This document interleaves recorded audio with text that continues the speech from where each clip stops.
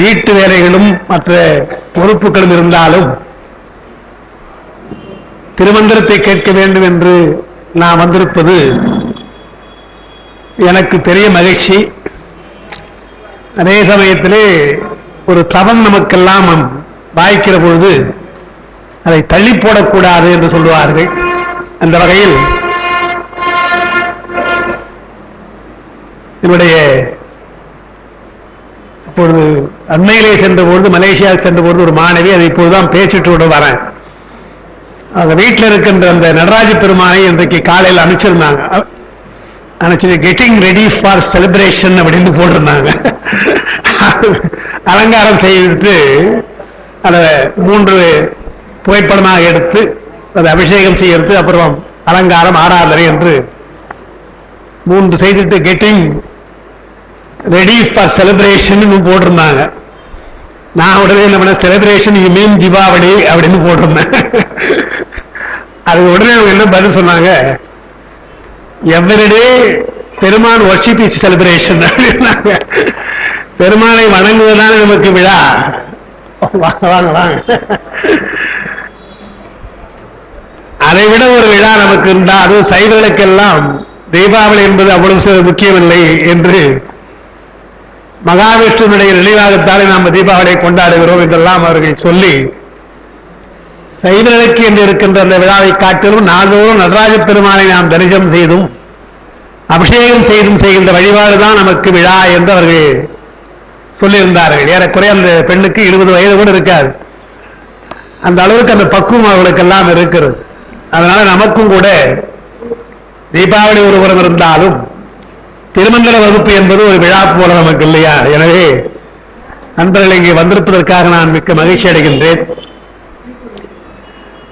நேற்றைய போது நாம் பார்த்த பொழுது வேதம் என்பதை பற்றி நம்முடைய திருமூலர் 2 வகையாக சொல்லுகிறார் என்று நாம் பார்த்தோம். பொதுவாக தேவர்களுக்கும் மற்றவர்களுக்கும் முனிவர்களுக்கெல்லாம் சொல்லுவது என்பது ஒன்று, உமையம்மைக்கு என்று தனியாக சொல்வது என்று 2ஆக பிரித்து, அதை அங்கே அந்த பாடலை மறுபடியும் கொஞ்சம் நினைவுபடுத்துறேன். மாலாங்கனே, இங்கு யான் வந்த காரணம், நான் எதற்காக இங்கே வந்திருக்கிறேன், இந்த பிறப்பு எனக்கு எதற்காக பெருமான் தந்திருக்கிறான் என்றால், நீலாங்க மேனியை நேர் இழையாளோடு மூலாங்கமாக முடிந்த திருக்கூத்தின் சீலாங்க வேதத்தை நான் இங்கே செப்ப வந்தேன் என்கிறார். திருக்கூத்தின் சீலம், இந்த சீலம் என்பதற்கு இயல்பு என்றுதான் நாம் பெருமானுக்கு சொல்லுகிற போது பொருள் கொள்ள வேண்டும். நமக்கெல்லாம் சீலம் என்று சொன்னால் ஒழுக்கம் என்று இப்பொழுது நாம் சொல்லுகிறோம். அந்த ஒழுக்க நெறியை பெருமான் போதித்து அல்லது அறநூல்கள் போதித்து நாம் பின்பற்றுகிறோம். எனவே சீலமாக நாம் இருக்க முயல்கின்றோம், சீலமான வாழ்க்கைக்கு நாம் முயல்கின்றோம், விருப்பப்படுகின்றோம். ஆனால் பெருமானுக்கு சீலம் என்பது இயல்பாக இருக்கிறது. அதனால்தான் பொறிவாயில் ஐந்தவித்தான் பொய் தீர் ஒழுக்க நெறி என்று அவர் சொல்லுகிறார். பொய்தீர் ஒழுக்கம் என்று சொன்னால் நமக்கெல்லாம் பொய்யான ஒழுக்கத்திலிருந்து மெய்யான ஒழுக்கத்திற்கு மாறுகிறோம். ஆனால் பெருமானுக்கு இயல்பாகவே அது பொய் தீர்ந்த ஒரு ஒழுக்கம் என்பதை பரிமேலழகர் பொய்தீர் என்பதற்கு பொய்யிலிருந்து விலகிய பொய்யிலிருந்து தீர்ந்த என்று எழுதாமல் பொய்தீர் ஒழுக்கம் என்பதற்கு மெய் ஒழுக்கம் என்று எழுதுகிறார். அது பொய்தீர்ந்தனா அது விட்டுறார். நமக்கெல்லாம் பொய் வந்து பின்னாலே போகும். உண்மை விளக்கத்தில் ஆரம்ப பாட்டு சொல்வது போல பொய் காட்டி பொய் அகற்றினார். நமக்கெல்லாம் பொய் என்பதை காட்டிய பின்னால் தான் மெய் என்பது எது என்று தெரியும். ஆனால் பெருமான் மெய்யானவன், அவனுக்கு பொய் காட்டி அல்லது பொய்யை உணர்ந்து பின்னாலே மெய்க்கு வர வேண்டிய அவசியம் கிடையாது. எனவே பொய்தீர் ஒழுக்கம் என்பதற்கு மெய் ஒழுக்கம் என்று எழுதுகிறார். அதனால வேதம் என்பது பொது நெறியாக ஒழுக்க நெறியை சொல்வது, அதை சீலாங்கம், திருக்கூத்தின் சீலாங்கம் என்று எழுதுகிறார். திருக்கூத்தினுடைய சிறப்பை எல்லாம் சொல்வது சைவாகமங்கள். வேதம் பல தெய்வங்களை வணங்குகின்ற வழிபாட்டை சொல்லும், அது வேள்வியை சொல்லும். இரண்டையும் பெருமான் செய்திருக்கிறான் என்பதுதான் நம்முடைய கொள்கை. தத்துவத்தில் நீங்க ஆழ்ந்து நீங்க படிக்க போறீங்கன்னா, எதெல்லாம் நம்ம சாதாரணமா நினைக்கிறோமோ அதெல்லாம் அங்கே தடை விடைகளாலே நிறுவப்படுகிறது. வேதம் என்று சொன்னால் நாம் என்ன சொல்லுகிறோம்? உயர்ந்த ஒரு முதல் நூல் அது. அது வேதமாக இருக்கட்டும், ஆகமமாக இருக்கட்டும், தொல்காப்பியத்தில் முதல் நூல் என்று சொல்லப்படுகிறது. இப்ப முதல் நூல் என்று சொன்னால் இலக்கண முறையிலே முதல் நூல், வழிநூல், சார்பு நூல் என்பது வேறு. அது வேறு. சான்றாக சொன்னால் சிவஞான போதம் என்பது முதல் நூல் என்றால், சிவஞான சித்தியார் வழிநூல், சிவப்பிரகாசம் சார்பு நூல் என்று நாம சொல்றோம். அந்த மாதிரி வகையிலே தொல்காப்பியத்தில் முதல் நூல் என்று சொல்லல அவர். இந்த வினையின் நீங்கி விளங்கி அறிவின் முனைவன் கண்டது முதல் நூலாகும் என்று சொல்ற பொழுது, அந்த முதல் நூல் என்பதை வேறு யாரையும் பார்த்தவர் எழுதவில்லை, தாமே அந்த நூலை செய்திருக்கிறார். உலகத்திற்கிறது ஆன்மாக்களுக்கு நெறிமுறைகளை வகுத்திருக்கிறார். எனவே அது முதல் நூல் என்றால் வேதம் போல என்று அர்த்தம். அப்போ அந்த வேதத்தை இரண்டாக அவர் சொல்லியிருக்கிறார் என்றுதான் நேற்று சொன்னோம். உலகத்திலே நாம் பல தெய்வங்க வழிபாடுகளை, இப்போ நம்ம தீபாவளியை சொன்னால் கூட மகாவிஷ்ணு என்று நாம் சொல்றோம். ஏன் சொல்றோம்? பல தெய்வங்களை நாம் அவ்வப்போது வழிபாடு செய்கிறோம். ஆனால் சிறந்த வழிபாடாக இதனுடைய பக்குவப்படுகின்ற போதுதான் நாம் சிவனை வழிபாடு செய்வோம். சிவனை வழிபட வேண்டும், வேறு தெய்வங்களை வழிபட வேண்டாம் என்ற ஒரு நிலை எப்பொழுது வரும் என்றால், மற்ற தெய்வங்களை எல்லாம் வணங்கிய பின்னால் தான் நமக்கு அந்த பக்குவம் வரும். சில பேருக்கு அந்த பக்குவம் வராமலே போய்விடுகிறது, அது வேற. ஆனால் சைவத்தை சார்ந்து இருக்கிற போது சிவனை பரம்பொருளாக கொள்ளுகின்றவன் தானே சைவம். முதல்ல அதுதான், அந்த கொள்கை தான் நமக்கு இருக்கணும் இல்லையா? மற்ற தெய்வங்களை எல்லாம் பரிவார தேவதைகளாக வைத்துக் கொள்ளலாம். பரிவாரங்களே எப்படி திருக்கோயில் இருக்கிறதோ அதுபோல பரிவார தேவதைகளாக நாம் வழிபாட்டில் வைத்துக் கொள்ளலாம். சிவபூஜையில கூட அப்படி இருக்குது. தெய்வங்களை எல்லாம் சொல்லுகிற பொழுது பஞ்சாயதன பூஜை என்றெல்லாம் சொல்லி சிவத்தை நடுவாக வைத்து மற்ற தெய்வங்களை எல்லாம் வைக்க வேண்டும் என்றெல்லாம் இருக்கிறது. ஆனால் பரம்பொருளாக பெருமானை எண்ணுகின்ற ஒரு பக்குவம் நமக்கு காலப்போக்கில் தான் வரும் என்பதை இங்க சொல்றார். திருக்கூத்தின் சீலாங்கம், திருக்கூத்து தரிசனம் என்றால் என்ன நான் நேற்று கூட சொன்னது. அந்த சீலாங்கமாக இருக்கின்ற வேதம் என்றால், வேதம் பொதுவாக சொல்லப்படுகிறது, சிறப்பாக சொல்லப்படுகிறது. ஆகமும் வேதம் என்று சொல்லப்படலாம், வேதமும் ஆகம் என்று சொல்லப்படலாம். அந்த இரண்டும் பெருமானாலே செய்யப்படுவதாலே அது முதல் நூலாகவே கொள்ளப்படும் என்பது. அந்த நேற்று நான் கொஞ்சம் அதிகமாக சொல்லல, ஒரு கருத்து மட்டும் நான் சொல்லிட்டு அடுத்து பாட்டுக்கு நான் போறேன். இந்த வேதம் ஆகமும் நம்ம நேற்று கூட எழுதணும். வேதம் ஆகமம் ஸ்மிருதி புராணம் இதிகாசம் என்று அந்த வரிசையில் வருது. 18 வித்தைகள் என்று நமக்கு அதை வகுத்திருக்கிறார்கள். வேதம் 4 என்றும் உபாங்கம் 6 என்றும் உபவேதங்கள் 4 என்றும் உபாங்கம் 4 என்றும் இப்படி வகுத்திருக்கிறார்கள். வேதம் வேதாங்கம், உபாங்கம் உபவேதம் என்று அப்படி பிரிச்சிருக்காங்க. வேதம் 4, வேதாங்கம் 6, உபாங்கம் 4, உபவேதங்கள் 4, ஆக 18 வித்தைகள். இந்த 18 வித்தைகளைத்தான் நாம் படிக்க வேண்டும் என்று ஒரு வரையறை செய்திருக்கிறார்கள். இன்றைக்கு நாம் அந்த விஷயத்தை படிக்க போறோம். அதுல என்ன ஒரே ஒரு விஷயம் என்று சொன்னால்,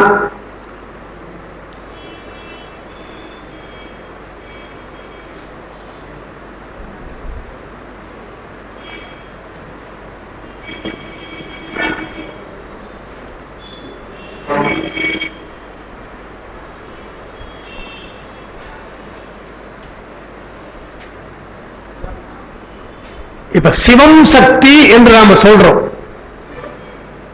சைவர்களும் சக்தியை சொல்லுகிறோம், அம்பாளை வழிபடுகின்ற சாத்த நெறியினரும் சக்தி என்று சொல்லுகிறார்கள். இந்த இரண்டுக்கு என்ன வேறுபாடு? நம்முடைய திருமூலர் கூட இப்ப படிச்ச பாட்டில் மாலாங்கரை என்ற பாட்டை பார்த்தா நீராங்க மேனியான நேரையாளோடு என்று ஒரு சக்தியை சொல்றார் அவர். நாம் சக்தியை சொல்வதற்கும் சாஸ்திர நெறிய சக்தியை சொல்வதற்கும் வேறுபாடு இருக்கிறது. அறிஞர்கள் இப்போ காத்தா திருநாவுக்கரசு போன்றவரும் சரி, ஆசா ஞானசம்பந்தம் போன்றவரும் அப்பா கட்ட வாதம் பண்ணிருக்கிறாங்க. என்னங்க திருவாசகத்தில் சக்தியைத்தானே பாடுறாரு, நீங்க என்ன அதை சைவன்னு சொல்றீங்களே என்று அவர்கள் ஆடிடுகிறார்கள். திருவம்பாவையிலே சக்தியை தனியாக வைத்து வழிபடுகிற பொழுது அந்த பெண்கள் பாடுகின்ற பாடலாக வருகிறது. ரொம்ப ஜாக்கிரதையாக மாணிக்கவாசகர் பாடுகிறார். என்ன பாடுகிறார் என்றால், பெருமானை வழிபடுகின்ற பொழுது நாம் யாரை வழிபடுகின்றோம்? பெருமானை வழிபடுகிறோம். அந்த பெண்கள் சொல்றது, அப்போ முன்னி அவள் நமக்கு முன்சுரக்கும் இன்னருள், இன்னருளே என்ன பொழியாய் மழையேலோர் எம்பாவாய் என்று பாடுறார். பெருமானை வணங்குகிற பொழுது முன்னி என்றால் நினைப்பு என்ற அர்த்தம், உண்ணுதல் என்ற ஒரு வார்த்தை உண்டு, முன்னுதல் என்ற வார்த்தை உண்டு. தமிழ்ல ஒரு சின்ன சொல்லு மாறினால சில அர்த்தங்கள் மாறும். உண்ணுதல்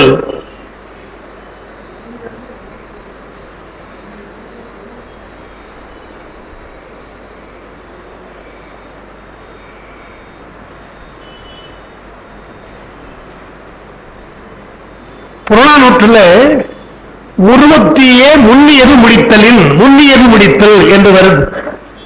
உண்ணுதல் என்றால் நினைத்தல், முன்னுதல் என்றால் அதையே நினைத்தல், வேறு எந்த நினைவு கிடையாது. ஏகாக்கிர சிந்தை என்பது போல ஒரு ஏதாவது ஒரு காரியத்தை எடுத்து முடிக்கணுன்றதுக்காக ஒரே நிலையா இருக்கு இல்லையா, அதுதான் முன்னுதல்.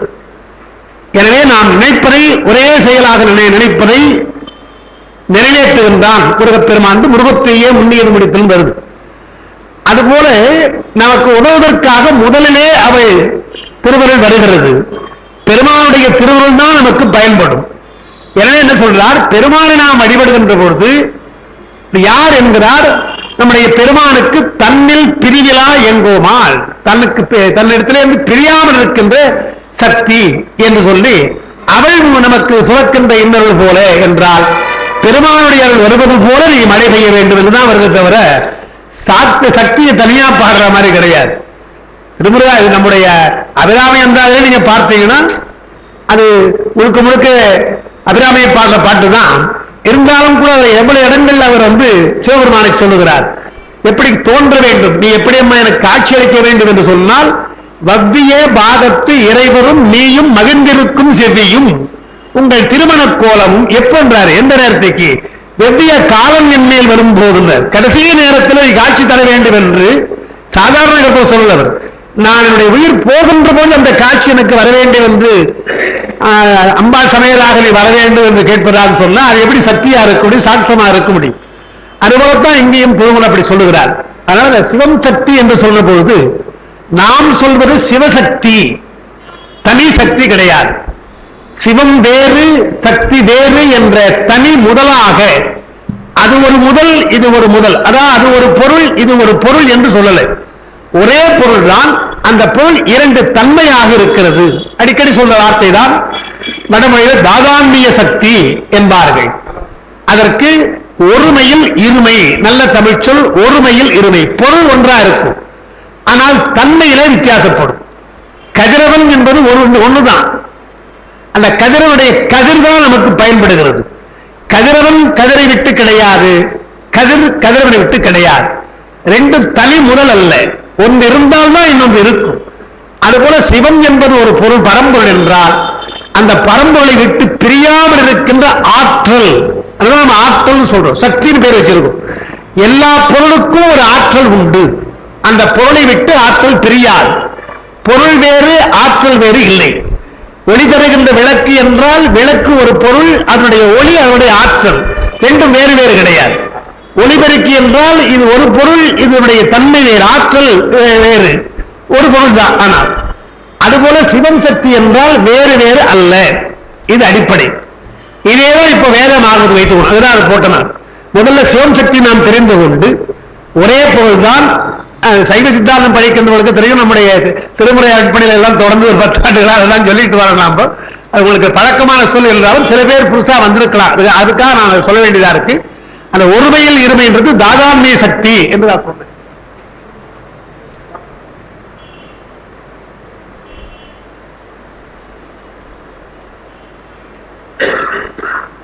ஒருமையில் இருமை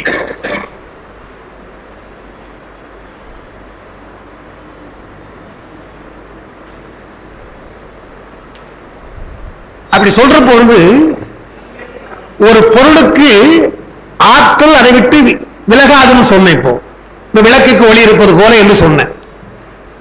இந்த பொருளுக்கு இருக்கிற ஆற்றல் போல பரம்பொருளுக்கு இருக்கின்ற ஆற்றல் தான் அதுதான். ஆனால் சொல்லுகிற பொழுது மாறுகணும். அதை எப்படி சொல்லணும்? பொருள்களுக்கெல்லாம் உள்ள ஆற்றல் இருக்கிறதே, அது சட ஆற்றல், சடசக்தி. அதற்கு ஒரு ஆற்றல் இருக்கு. காற்று என்றால் வீசுகிறது, புயல் அடிக்கிறதுல பார்க்கிறோம் இல்லையா? தண்ணீர் வெள்ளம்னா கொண்டு போயிடும். எனவே சடல் பொருளுக்கெல்லாம் ஒரு ஆற்றல் உண்டு. எல்லா பொருளுக்கும் ஆற்றல் உண்டு, அது சடப்பொருள். எனவே சட ஆற்றல். நம்முடைய உடம்பு கூட ஒரு ஆற்றல் உண்டு, அது சட ஆற்றல் தான். சுமையை தூக்குறோம், கோபம் தான் அடிக்கிறோம், இதெல்லாம் ஆற்றல் தான். இது சட ஆற்றல். ஆனா இயக்குவது யார் என்றால் சித்து, நம்முடைய உயிர் தான் இயக்குகிறது. யாரை அடிக்கணும், யாரை அடிக்க கூடாது. அடிக்கணும்னா எல்லாரும் அடிக்கணும், வெள்ளம்னா எல்லாரும் அடிச்சு போயிடும், நாம எல்லாரும் அடிக்க முடியாது இல்லையா? அப்போ யாரை அடிக்க வேண்டும், யாரை அடிக்கக்கூடாது, எதை பேச வேண்டும், எதை பேசக்கூடாது என்று அந்த ஆற்றலை கட்டுப்படுத்துகின்ற உயிருக்குள்ள ஆற்றல் இருக்கு இல்லையா? அந்த உயிருக்குள்ள ஆற்றலை நாம் சொல்லுகின்ற பொழுது அறிவாற்றல் என்று சொல்றோம், அறிவு ஆற்றல் என்று சொல்லுவோம். பெருமானுக்கு சொல்லுகிற பொழுது சிவம் சக்தி என்றால் சட ஆற்றல் அல்ல, அறிவாற்றல் என்று சொல்லுவதில் ஒரு பொருத்தம் இருந்தாலும் கூட அது அருளாற்றல் என்று சொல்லணும். அதான் மூன்று வகையாக சடப்பொருளுக்கெல்லாம் இருக்கின்ற ஆற்றல் சட ஆற்றல், ஆன்மாக்களாகிய நமக்கெல்லாம் சித்துப்பொருளா இருக்கின்ற நமக்கெல்லாம் இருப்பது அறிவுப்பொருளா இருப்பதாலே அறிவாற்றல், பெருமானுக்கு இருப்பது அருளாற்றல் என்று சொல்லணும். இது சொல்லுகின்ற முறையை நம்ம சைவ சித்தாந்தம் அப்படி வகுத்திருக்கு. இப்ப அதை வைத்துக் கொண்டு வேதத்தை பார்த்தீங்கன்னா, வேதம் ஆகமம் என்பது ஒன்றை ஒன்று விட்டு பிரிய முடியாததா என்றால் இங்கதான் பிரச்சனை ஆரம்பிக்கும். அதுக்காக நாம சொல்ல வேண்டியதா. வேதத்தை மட்டுமே ஏற்றுக்கொள்கின்ற தத்துவ தரிசனங்கள் உண்டு, ஒரு குழு உண்டு. அவர்கள் ஆகமத்தை ஏற்றுக்கொள்வது கிடையாது. நாம சமயத்தை பிரிக்கிற பொழுது வேதம் ஆகமம் இரண்டையும் ஒப்புக்கொண்டால் அது நம்மோடு சேர்ந்த சமயம்.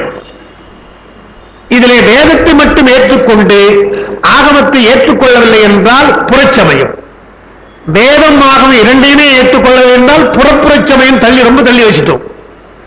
வேதத்தை ஏற்றுக்கொண்டு ஆகமத்தை ஏற்றுக்கொள்ளவில்லை என்றால் புறச்சமயம் என்று நாம சொல்றோம். வேதத்தையும் ஆகமத்தை ஏற்றுக்கொண்டு இன்னும் சில நூல்களுக்கு பிரமாணம் என்று சொன்னாங்கன்னா அவங்க அகப்புறச்சமயம். அவங்க வேதத்தை ஆகமத்தை ஏற்றுக்கொண்டு நாங்க தான் பொருள் சொல்லுவதற்கு, நீங்க சொல்ற பொருள் கிடையாது அந்த நூலுக்குள்ள பொருள் என்று நாங்க ஒரு பொருள் சொல்லுவோம் என்று புரிதாத ஒரு பொருளை கற்பனை செய்து கொண்டால் அது அகச்சமயம். அப்ப வேதம் ஆகமம் என்பதில் இவ்வளவு பிரிவு இருக்கிறது. இது வேதத்தை ஆகமத்தையும் உடன்படுவதும் பொருள் கொள்வதிலும் இருக்கின்ற வேறுபாடுகள். இப்ப நாம சொல்ல வந்தது என்னன்னு சொன்னா, வேதத்திலிருந்து ஆகமம் வந்ததா அல்லது வேதமும் ஆகும் தனியா தனிப்பொருளா என்கிற பொழுது, வேதத்தை சிறப்பாக பிரமாணமாக சொல்லுகின்ற வேத நெறியினர் அவங்க என்ன சொல்றாங்க, ஆகமம் என்பது தனி நூல் அல்ல, வேத நெறியிலிருந்து பின்பற்றினால் அதை நாங்கள் ஒத்துக்கிறோம், நீங்க அதை ஒப்புக்கொள்வது கிடையாது. வேதம் எப்படி ஒரு தனி நூலோ அதுபோல ஆகமும் தனி நூல் என்கிறீர்கள். அவங்க கருத்து என்னன்னு சொன்னா, நேற்று சொல்ல பாருங்க, வேதம் ஆகமத்தை விட்டுருங்க, ஸ்மிருதி புராணம் இதிகாசம், நீங்க எந்த நூலை எடுத்துக்கொண்டாலும் வேத நூல் தான் அதற்கு மூலம். எந்த புராணமா இருந்தாலும் அதற்கு வேத நேரத்திலே மூலம் இருக்கிறது, ஸ்மிருதி என்றால் அதற்கு வேதத்திலே மூலம் இருக்கிறது என்று வேதத்தை மூலமாக கொண்டு இவையெல்லாம் வந்திருக்கின்றன. ஸ்மிருதி வந்திருக்கிறது, புராணம் வந்திருக்கிறது, இதிகாசம் வந்திருக்கிறது என்று எல்லாவற்றுக்கும் வேதம் தான் முதல் என்று அவங்க சொல்றாங்க. அந்த கொள்கையில் நாம் மாறுபடுகிறோம்.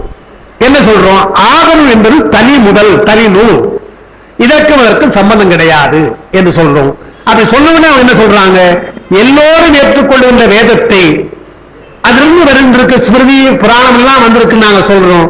இல்லை ஆகமம் தனி நூல் என்று சொன்னால் அது எங்களுக்கு உடன்பாடு இல்லை, எனவே ஆகமம் பிரமாணம் அல்ல என்று ஆகமத்தை மறுக்கிறார்கள். இது அவர்களுக்கு நமக்கு உள்ள ஒரு குழப்பம்.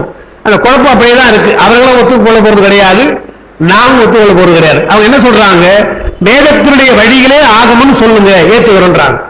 நாம் அப்படி சொல்றது கிடையாது. நேற்று சொன்ன மாதிரி வேதத்திற்கும் ஆகமத்திற்கும் பெருத்த வேறுபாடு இருக்கு. பெருத்த வேறுபாட்டை நாம் பார்க்கிறோம். உதாரணமாக வேதத்திலே வருகின்ற ஞானம் என்றால் அது பிரம்ம ஞானம், வேத ஞானம் என்று பிரம்ம ஞானம் என்கிறார்கள். நாம சொல்லுகிற பொழுது சிவஞானம் என்று சொல்றோம், பெயர்லே மாறுகிறது. பிரம்மம் என்று அவர்கள் சொல்வதை நாம் சிவம் என்றுதான் நாம் சொல்லுகிறோம். எனவே சொற்களிலேயே நாம் மாற்றுகிறோம். அதே போல பலதெய்வ வழிபாடு அங்கே என்று சொல்றோம். இப்போ ஞானசம்பந்த பெருமான் துஞ்சலும் துஞ்சல் இல்லாத போதும் பாடுவார், நமக்கு தெரியும். அது யாரை நோக்கி பாடுவார் என்றால் அவருக்கு உபநயனம் செய்தாங்க இல்லையா அந்த அந்தண்டர்கள், அவர்களுக்கு தான் அவர் பாடினார். உபநயனம் செய்து காயத்ரி மந்திரத்தை சொன்னா அவர்களுக்கு தான் இவர் சொல்றார். சொல்ற முதல் பாட்டை என்ன பண்ணார் என்றால் துஞ்சலும் துஞ்சல் இல்லாத போதும் சொன்னார். எடுத்த உடனே சொன்னார். பார்த்தா நமக்கு எப்படி தெரியும், தூங்குற போதும் நீங்க சொல்லலாம், தூங்காத போதும் சொல்லலாம் என்றுதான் அப்படிதான் பாடுறாரு. ஆனா அது என்ன ஒரு கருத்து என்றால், நீங்க சொன்ன காயத்ரி மந்திரம் இருக்குது அல்லவா, நாங்க தூங்குற போது சூரியன் கிடையாது, எனவே துஞ்சுகிற போது உங்க மந்திரத்தை சொல்ல முடியாது, அதான் அது அர்த்தம். ஆனால் நான் சொல்ல போற மந்திரம் இருக்கு இல்லையா, தூங்கும் போதும் சொல்லலாம், வீழ்ச்சி கொண்டிருக்கும் போது சொல்லலாம் என்று முதலாவதாகவே துஞ்சலும் துஞ்சல் இல்லாத போதிலும் காயத்ரி மந்திரத்தை எப்படி சொல்லணும், காணாமல் கோணாமல் கண்டு மூணு சொல்றாங்க. சூரியனை காணாத போது முதல்ல உதயம் வருவதற்கு முன்னாலே அந்த காயத்ரி மந்திரம், உதய சூரியன் வருவதற்கு முன்னாலே, நடுவில் வருகின்ற போது உச்சியில வருகின்ற போது அதை கண்டு கோணாமல் நேரா இருக்கலாம், எனவே கோணாமல் இது காணாமல் கிழக்கு, கோணாமல் உச்சி, கண்டு என்றால் மாலை நேரம். அப்ப சூரியனை காணாமலும் சூரியனை கோணாமலும் சூரியன் மறைகின்ற போதுதான் சொல்லணுமே தவிர இரவு நேரத்திலே காயத்ரி மந்திரம் சொல்வதற்கு வாய்ப்பு கிடையாது. சூரிய வழிபாடு அங்கே இல்லை. ஆனால் சிவ வழிபாடு அப்படி அல்ல. எங்க ஆளுக்கு சிவராத்திரியே உண்டு இல்லையா, ராத்திரியை போட்டு ராத்திரியே நம்ம வழங்கலாம், 6 கால பூஜை என்று ராத்திரியே நம்ம கும்பிடுறோம் என்று பார்க்கிற பொழுது அந்த மந்திரத்திற்கு இந்த மந்திரத்திற்கு வேறுபாடு இருக்கிறது என்பதற்காகத்தான் துஞ்சலும் துஞ்சல் இல்லாத போதிலும் என்று சொன்னார்.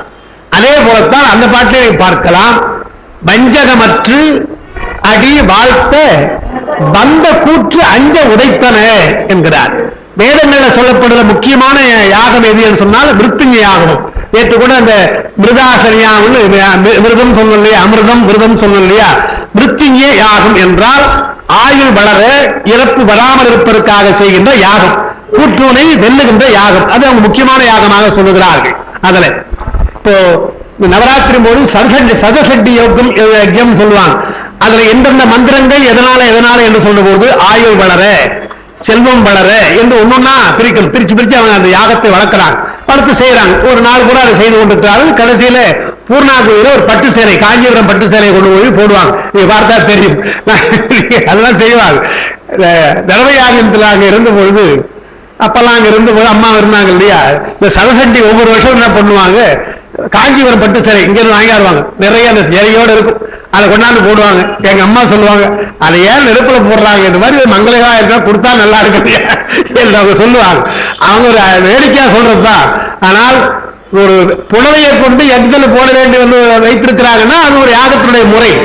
எனவே பிருத்திவி யாகம் சதசண்டி யஜ்ஞம் என்று சொன்னால் அது போல இங்க என்ன சொல்றாரு ஞானசம்பந்த பெருமான், இந்த புடவை போடுறதோ மற்றெல்லாம் அவசியமே கிடையாது.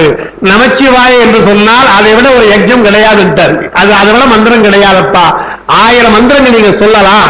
ஆனால் அந்த அஞ்ச உரைத்தன யமனை அஞ்ச உரைப்பதற்கு மிருத்துஞ்ச யாகங்களை காட்டணும், நமச்சிவாய் என்பது போதும் என்று நமச்சிவாய பதிகத்தை அஞ்செழுத்து பதிகத்தை பாடுகிற பொழுது வேத வேதியை மறுத்து வேத வேதிகளை இல்லாத ஒரு செய்தி இங்க சொல்லுகிறார் என்று சொன்னால் வேத நெறிக்கும் சைவ நெறிக்கும் எவ்வளவு வேறுபாடு இருக்கிறது என்றுதான் பார்க்கணும். அதுதான் வேதம் என்பது ஒரு தனி நூல், ஆகம் என்பது ஒரு தனி நூல் என்றுதான் திருக்கூத்தின் சீராங்கமாக நான் செப்ப வந்தேன் என்று ஆகமத்தை சொல்லுகிறார் என்று பார்க்கிறோம். அதுதான் நேற்றுக்கு நம்ம பார்த்த ஒரு விஷயம். அதை நான் உங்களுக்கு சொன்னது, 3 வருடத்தார்க்கு உரியதுதான் வேதம், 4 வருடத்தார்க்கு உரியது என்பது ஆகமம் என்று சொன்னார். சாதாரணமா சொல்ற போது சொல்லுகிறார். அதாவது வருணம் என்று சொல்லுகிற பொழுது பிறப்பினாலே வைத்துக் கொள்ளுங்க, அப்படிதான் அவங்க சொல்றாங்க. வேத நெறியை சார்ந்தவர்களுக்கு வேத நெறியில அதையும் நான் சொல்லிடுவோம், வேத நெறியில வருணம் என்று சொன்னால் பிறப்பில் தான். சைவ நெறியில பிறப்புல சாதியே கிடையாது, சாதின்றது நமக்கு கிடையாது. அது முதல் விஷயம். அவங்க சொல்லிதான் நமக்கு ஜாதினா என்னன்னு தெரியும், ஆனால் சாதி இல்லை. அதை எப்படி சொல்லலாம் சொன்னா, 63 நாயன்மார்களுடைய வரலாற்று நீங்க பார்த்தீங்கன்னா ஒருவர் மாதிரி ஒருவர் கிடையாது. ஆனால் சேக்கிழார் எல்லாருக்கும் ஜாதியை சொல்லுவார். நம்முடைய திருக்குறிப்பு தொண்டநாயனார்னா அவருடைய ஜாதியை சொல்லுவார், திருநீலகண்ட கோயவர்னா அவருடைய ஜாதியை சொல்லுவார். ஏன் சொல்றாருன்னா எங்களுக்கு ஜாதி கிடையாது என்று தான் சொல்றாரு, ஜாதிக்காக ஒரு சொல்லலை. இப்படிப்பட்ட எத்தனையோ வகையிலே நீங்கள் சொல்லுகின்ற சாதியில் இருக்கலாம், ஆனா அவர்களெல்லாம் எங்களுக்கு தொண்டர்கள், அவர்களெல்லாம் பெருமானுக்கு தொண்டராக இருக்கிறார்கள் என்ற பொழுது எங்களுக்கு அந்த வேறுபாடு இல்லை என்று பார்க்கிறோம். அதனால்தான் உமாபரிசுவத்தினுடைய வரலாற்றில் நம்முடைய பெருமான் எழுதுகின்ற 2 லெட்டர்ல ஒரு முக்கியமான எழுதுறாரு. அவர் போட்டது 2 லெட்டர் போட்டிருக்கிறார். அதுல ஒன்று திருமுக பாசுரம், அது சேரமான் பெருமாள் நாயனாருக்கு பானபத்திற்காக எழுதப்பட்டது நமக்கு நல்லா தெரியும். அடுத்தது உமாபரிசுவத்துக்கு சொல்ற பொழுது பெற்றான் சாம்பானுக்கு முத்தி கொடுப்பதற்காக என்று வருது. அவர் தீட்சை செய்வதற்கு யாருடைய திருவாக்கு, பெருமானுடைய திருவாக்குல எப்படி சொல்லுகிறார்? அடியார்க்கு எளியன் தில்லை சிற்றம்பலவன் கொற்றும் குடியாருக்கு எழுதிய கைச்சீட்டு, சும்மா ஒரு பேப்பர் மாதிரி எடுத்து எழுதினா கைச்சீட்டு. படியின் விசை பெற்றான் சாம்பானுக்கு பேதமர தீக்கையினார். அதாவது சமய தீட்சை, விசேட தீட்சை, நிர்வாண தீட்சை, அது சத்தியோ நிர்வாணம் அசத்தியோ நிர்வாணம் நான் இருக்குது, அந்த பேதம் வேண்டான்ட்டார். எடுத்தோடனே கொடுத்துட்டு ப்ரமோஷன் கொடுத்துட்டார் இல்லையா? பேதமர என்றால் ஸ்டெப் பை ஸ்டெப்பா சொல்ல வேண்டிய அவசியம் கிடையாது, தீட்சை செய்து விடு, ஏன்னா அவன் பக்குவமா இருக்கலாம் என்று பேதமர தீக்கு செய்து முத்தி கொடுக்க முறை என்று சொல்லுகிறார். என்றால் சிவதீக்கை யாருக்கு வேண்டுமானாலும் செய்யலாம். கேட்கிறாங்க பெண்கள், நாங்க எங்கெல்லாம் தீக்கை உண்டா, நாங்க வழிபடலாமா என்றெல்லாம் கேட்கிறாங்க. நம்முடைய சைவ சமயமே பெண்களால் தானே உருவாகிருக்கு. காரைக்கால் அம்மையார் முதல்ல உருவாக்கி இருக்கிறார். அதனால நம்முடைய பெண்களுக்கு அந்த சந்தேகம் வரக்கூடாது என்பதற்காக காரைக்கால் அம்மையாரே நம்முடைய ஞானசம்பந்த பெருமான் எப்படி வழிபடுகிறார் என்றெல்லாம் நமக்கு தெரியும். ஆனால் சிவநெறி என்பது வேறு. வேதத்துல நாம் மட்டுமல்ல, பெண்கள் கூட அந்த வேதத்தை படிக்க கூடாது என்றும் காயத்ரி மந்திரத்தை சொல்லக்கூடாது என்றெல்லாம் அங்கே வரையறை இருப்பதாலே அந்த நெறி வேறு, நம்முடைய நெறி வேறு என்றுதான் நேற்று கொஞ்சம் விரிவா சொன்னோம். அதான் இன்னைக்கு நாம் பார்த்தது. அதுக்கு அடுத்தது 17வது பாட்டு இன்றைக்கு பார்க்கணும்.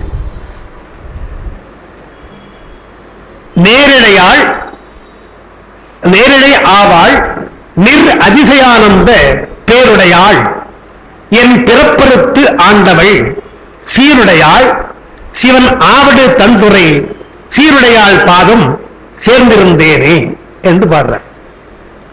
சக்தியை வழிபட்டு இங்கே பாடுகிறார். சிவனுடைய சக்தியாக, அப்ப சொன்னது போல சிவசக்தி தான், சிவசக்தியாக சொல்லுகிற பொழுது நேரிடை ஆவாள் நிர் அதிசய ஆனந்த பேருடையாள், அதிசயமான வடிவுடையாள் என்று அபிராமியில் பாடுவார். அதுபோல இந்த அதிசயம் என்று சொன்னால் இன்றைக்கு அற்புதம் என்ற அர்த்தம் வருகின்றது. ஆனால் பழைய வடமொழி அப்படி அல்ல. அதிசயம் என்றால் எல்லை என்ற அர்த்தம், ஒரு எல்லை, எல்லை இல்லாத அர்த்தம். நிர் அதிசயம் என்றால் எல்லை இல்லாத என்ற அர்த்தம். அதிசயமே இப்ப அற்புதம் சொல்றோம். நிர் அதிசயம் என்றால் எல்லையற்ற ஆனந்த பேருடையாள். உமையம்மை அருளினாலே நமக்கு ஆனந்தத்தை தருகின்றவள். என் பிறப்பறுத்து ஆண்டாள் சீருடையாள் எங்க இருக்கிறார்? சிவன் ஆவடு தன்துறை சீருடையாள் பதம் சேர்ந்திருந்தேனே என்று வருது. இந்த ஆவடுதுறை என்று வருகின்றதுனால இந்த குறிப்பு வருகிறது. அதாவது தலபுராணத்தின்படி உமையம்மை அங்கே பசுவாக இருந்து வழிபட்டாள் என்ற ஒரு தலபுராணம் வருகிறது அல்லவா? அதனால்தான் அதுக்கு ஆவடுதுறை என்று பெயர். எனவே அந்த குறிப்பில் தான் இங்க அவர் சொல்றார். அந்த சக்தியை வியந்து அங்கே இந்த பாட்டை சொல்லுகின்ற போது சிவன் ஆவடு தந்துரை யார் என்று சொன்னால் நேரடியாவாள் மிக அதிசயானந்த பேருடையாள் என் பிறப்பிருக்கின்றவள் என்றெல்லாம் சொல்லுகின்ற காரணத்தினாலே உமையம்மை எங்கே பசுவாக இருந்து வழிபட்டாள் என்ற ஒரு கருத்தை அவர் சொல்லுகிறார் என்று நாம சொல்லலாம். அது தலபுராணத்துல அப்படி இருக்கிறது. உங்களுக்கு இந்த இன்னைக்கு கொடுத்துருக்கிற நோட்ஸ் கொடுத்திருக்கிறேன். ஆவடுதுறை என்பது ஆ என்றால் பசு என்றும் அடுதுறை என்றால் பசுத்தன்மையை நீக்குகின்ற என்றும் ஒரு பொருள் சொல்றாங்க. உமையம்மை பசுவாக வழிபட்டாள் என்பது ஒன்று. அந்த ஆவடுதுறைக்கு சென்றால் ஆ என்பது பசுக்கள், பசுத்தன்மையுடைய ஆன்மாக்களுக்கெல்லாம் அந்த தன்மை நீங்கும். அடுதல் என்றால் நீக்குதல், கொல்லுதல் அர்த்தம், நீக்குதல் வைத்துக்கொள்ளும். ஆ அடுதுறை என்றால் அந்த இடத்திலே நம்முடைய ஆன்மாக்களுடைய பாசங்கள் எல்லாம் நீங்குகின்ற, பசுத்தன்மை நீங்குகின்ற துறை என்று அதை கொள்ளலாம் என்று வருகின்றது. இது ஒரு குறிப்பு நான் உங்களுக்கு பின்னால் கொடுத்திருக்க நோட்ஸ் எழுதியிருக்கிறேன். திருவாசகத்தில் திருவிடை மருத்துவம் சொல்லப்படுகிறது, ஆனால் திரு ஆவடு தன்புரை சொல்லப்படவில்லை. அதை நாம் பார்க்கணும். ஏன்னா கோகழி ஆண்ட குருமனிதன் தாழ்வாழ்க என்பதற்கு கோகழி என்பதற்கு திரு ஆவடுதுறை என்று எழுதியிருக்கிறார்கள். சில பேர் அந்த உரை அப்படி எழுதியிருக்கிறாங்க. கோ என்றால் பசு, கழி என்றால் பசுத்தன்மை நீங்குகின்ற. இப்ப ஆவடும் சொல்லுவோம் இல்லையா, அந்த கோ கழி என்பது பசுத்தன்மை நீங்குகின்ற என்று வைத்து அது ஆவடு குறை என்று எழுதியிருக்காங்க. அது அப்படி எழுதினா தப்பு கிடையாது. அது அப்பா கூட வேடிக்கை சொல்லுவாங்க. திருவாசகத்துக்கு உரை எழுதுற சார் ரெண்டமான முதல்ல எழுதினார் உரை. திருவாவூரில் இருந்து எழுதினார். திருவாவூரில் இருந்து அவர் ஆதின புலவராக இருந்த போது எழுதின பொழுது திருவாசகத்துக்கு உரை எழுதின பொழுது கோகழி இது திரு ஆவடுதுறை என்றால் கோ என்றால் பசு, பசுத்தன்மை நீங்குகின்ற, ஆ என்றால் பசு, ஆன்மாக்களுடைய பசுத்தன்மை நீங்குகின்ற என்று வருவதாலே கோகை என்பது ஆவடுதுறை தான் என்று அங்கே எழுதிட்டார். பின்னால் 2-3 வருஷம் முடிச்சு தருமபுரத்தை திருவாசகத்தை பதிப்பிக்க சொன்னாங்க. தருமபுரத்தை பதிப்பிக்கிற பொழுது கோகை என்பது திருப்பெருந்துறை. அங்க பக்கத்துல திருவாவூரை சாருகின்ற போது அது திருவாவூரையா போச்சு கோகழி. இங்க வருகின்ற போது கோகை திருப்பெருந்துறையா போச்சு. அப்படி அவரு அந்த கருத்து மாற்றம் இல்லையா, அதுக்காக அதை ஒத்துக்கல. அறிஞர்கள் எல்லாம் கோகழி என்பது திருப்பெருந்துறை தானே தவிர கழின்னு வருது இல்லையா, உப்பங்கழி என்பது போல வருவது கழி. எனவே கடலை சார்ந்திருக்கின்ற இடம் அது திருப்பெருந்துறை தான் பொருத்தம் என்று சொல்லுவார். ஆனால் இந்த இடத்துல சக்தியை இங்கே சொல்லுவதாலே திருமூலருக்கு அந்த கருத்து இருந்து தலபுராணப்படி அங்கே பசுவாக வந்து உமையம்மை போதித்திருக்கிறாள் என்ற செய்தி வருகின்றது. சீருடையாள் பதம் சேர்ந்திருந்தேன் என்று பெருமானுடைய திருவடியில் நான் சேர்ந்திருக்கிறேன் என்று வருது.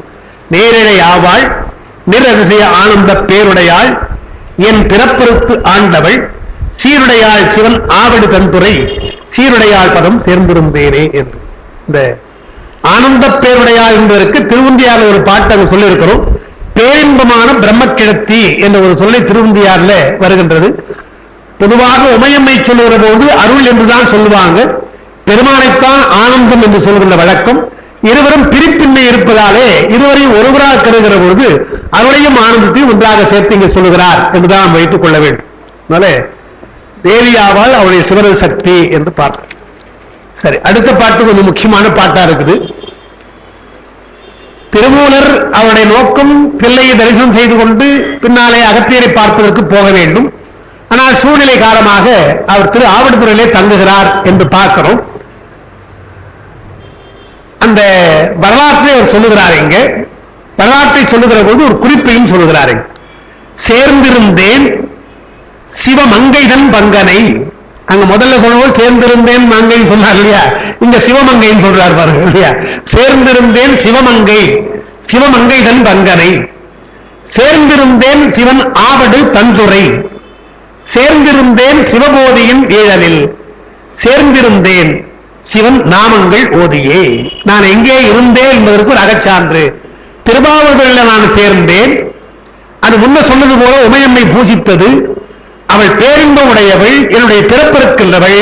எனவே என்னை இங்கே சேர்த்திருக்கிறாள்.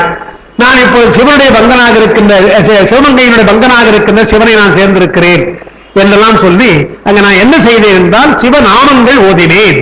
சிவனுடைய பெயர்களை எல்லாம் நான் தியானித்துக் கொண்டிருந்தேன், ஓதிக்கொண்டிருந்தேன் என்று சொல்றார். அப்படி ஓதிக்கொண்டிருந்தால் எனக்கு என்ன பலன் என்றால் அந்த 3வது வரி இருக்கு பாருங்க, சிவபோதியின் நீழல் என்று வருது. அதான் இங்க நான் எழுதியிருக்க உங்களுக்கு.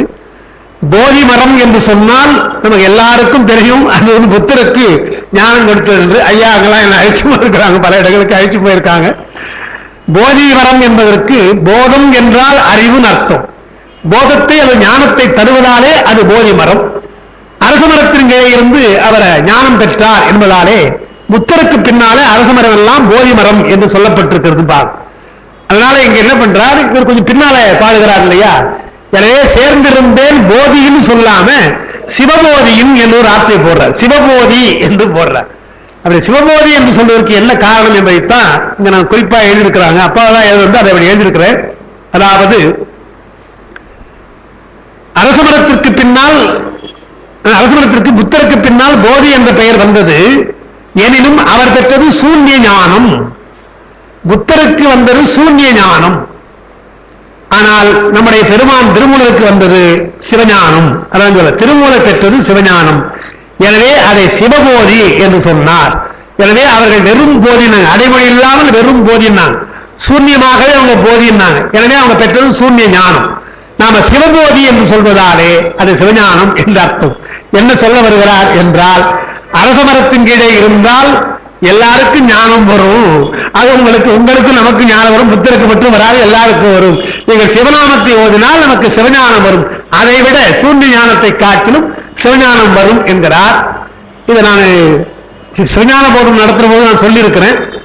இருந்தாலும் இந்த இடத்துல சூன்ய ஞானம் அதை மட்டும் சுருக்கமா நான் சொல்லிட்டு அடுத்த பாட்டுக்கு நான் போறேன். சூன்ய ஞானம் என்றால் என்ன?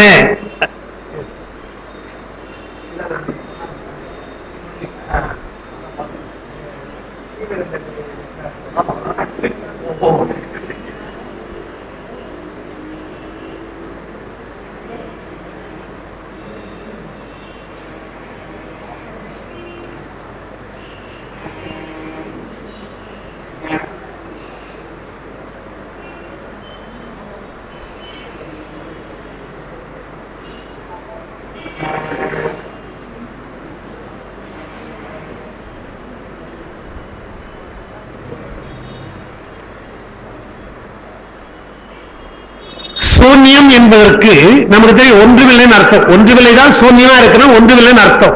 அப்படி சொல்லல அவங்க பௌத்தர்கள். சூன்யம் என்றால் சொல்ல முடியாததுன்னு எழுதுறாங்க. அவங்களுடைய பொருள் அதுதான். சூன்யம் என்றால் சொல்ல முடியாதது என்று எழுதுறாங்க. அந்த சொல்ல முடியாது என்பதுதான் அனிர்வச்சனீயம் என்று ஏகாம்பமாரிகள் வேதாந்தத்தில் அனிர்வச்சனீயம் அடிக்கடி சொல்வாங்க. எங்கெல்லாம் அவனுக்கு பதில் சொல்ல முடியலையோ அங்கெல்லாம் அனிர்வச்சனீயம் சொல்லிட்டு போயிடுவாங்க இல்லையா? நாங்கெல்லாம் எம்ஏ படிக்கிற பொழுது தொல்காப்பியம் படிப்போம். அதுல சில மேற்கோள்கள் வரும். உரையாசிரியர் சில மேற்கோள் காட்டுவார். சிலவற்றுக்கு அவங்களே என்ன பண்ணுவாங்க, மேற்கோள் இருக்காது. மேற்கோள் வந்த வழி கண்டுகொள்க என்று எழுதுவாங்க. அதாவது உங்களுக்கு தெரிஞ்சா எழுதுங்கன்னா அது கிடைக்கல. அந்த தொல்காப்பிய சூத்திரத்திற்கு நேரடியான மேற்கோள் கிடைக்காதனால, அவங்களுக்கு கிடைக்காதனால வந்த வழி கண்டுகொள்க அப்படின்னு எழுதுவாங்க. இது எங்களுக்கு ரொம்ப வசதியா போடும். நாங்க எழுதிட்டே வருவோம், மேற்கோள் மறந்து போகும், மேற்கோள் வந்த வழி கண்டுகொள்ளுங்க. உரையாசிரியர் சொல்றதுக்கு நாம சொல்றதுக்கு வேறுபாடு இருக்கு இல்லையா? அவருக்கு உண்மையிலே தேடி பார்த்து கிடைக்கல, அவருக்கு நமக்கு மறந்து போய் வரமாட்டேன் இல்லையா? ஆனா வந்த வழி கண்டுகொள்ளுங்க நம்ம எழுதி போடுவோம். அந்த மாதிரிதான் இது. தத்துவத்துல எல்லா கேள்விகளுக்கும் பதில் சொல்லி ஆகணுங்க. பெரிய பிரச்சனை அதுதான். எல்லா நுணுக்கமான கேள்விகளுக்கெல்லாம் பதில் சொல்லி ஆகணும். இல்லை என்றால் அது ஆராய்ச்சி அல்ல, தத்துவம், அறிவு ஆராய்ச்சி. ஆனா வேதாந்தியும் சரி, நம்முடைய பௌத்தரும் சரி, நீங்க கேட்டா அது அனிர்வசனீயம், சொல்லனாதது, சொல்ல முடியாது அப்படின்றான். இதுதான் சூன்யவாதம் என்று சொல்றது. பௌத்தர்களிடத்திலே ரெண்டு கொள்கை. ஒரு கொள்கை இந்த சூன்யவாதம்.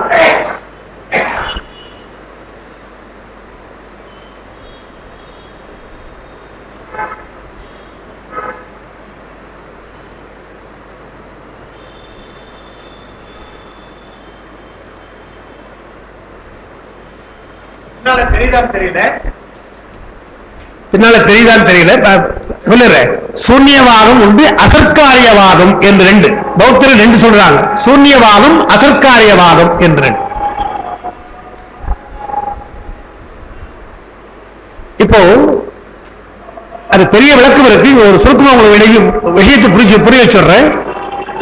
ஒரு பொருள் இருக்கிறது என்றால், இப்போ உலகம் வைத்துக் கொள்ளுங்களேன். உலகம் எப்படி தோன்றுகிறது என்ற ஒரு கேள்வி வருது, தத்துவத்தில் வருது. ஒவ்வொரு மதமும் ஒவ்வொரு வகையான பதில சொல்லுது. லோகாயுதம், மீமாம்சகர் இவங்கெல்லாம் உலகம் தோன்றவே இல்லைன்ட்டாங்க. உலகம் தோன்றவே இல்லைங்க, அப்படியே இருக்குதுன்ட்டாங்க.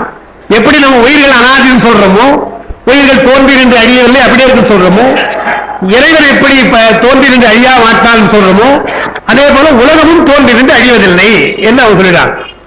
லோகாயுதர்கள் மீமாம்சகர்கள் சொல்றாங்க. பௌத்தர்களை கேட்டா என்ன சொல்றாங்க என்றால், ஒன்று அசர்க்காரியவாதம், இல்லாதது ஒன்று தோன்றும், இல்லாதவற்றிலும் தான் தோன்றுமே தவிர உள்ளது தோன்றாது அவங்க கொள்கை.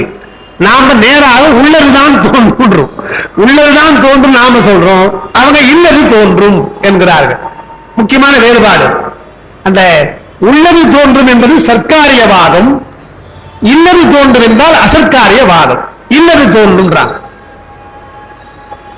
நாம் என்ன சொல்றோம், இல்லாதது எப்படிங்க தோன்றும் அப்படின்றோம்.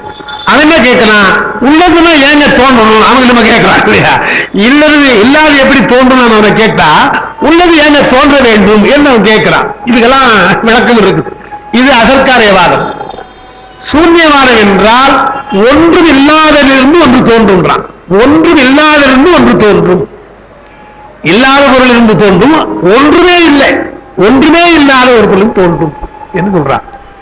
இந்த இரண்டு நமக்கு உடன்பாடு கிடையாது. இல்லாத ஒரு பொருள் தோன்றாது என்பது நம்முடைய கொள்கை.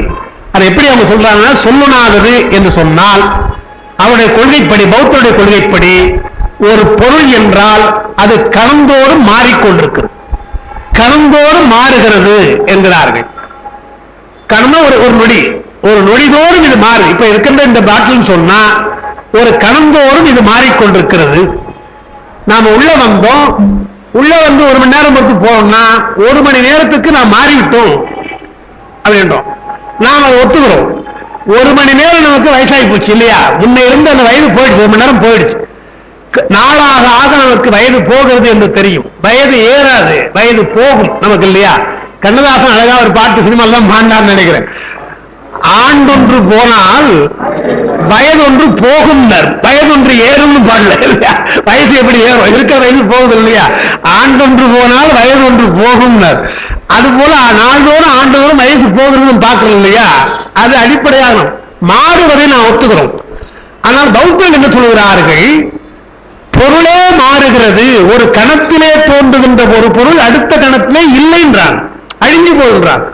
அழிந்த பொழுது அழிகின்ற அந்த நேரத்தில் இன்னொரு பொருள் தோன்றி விடுகிறது.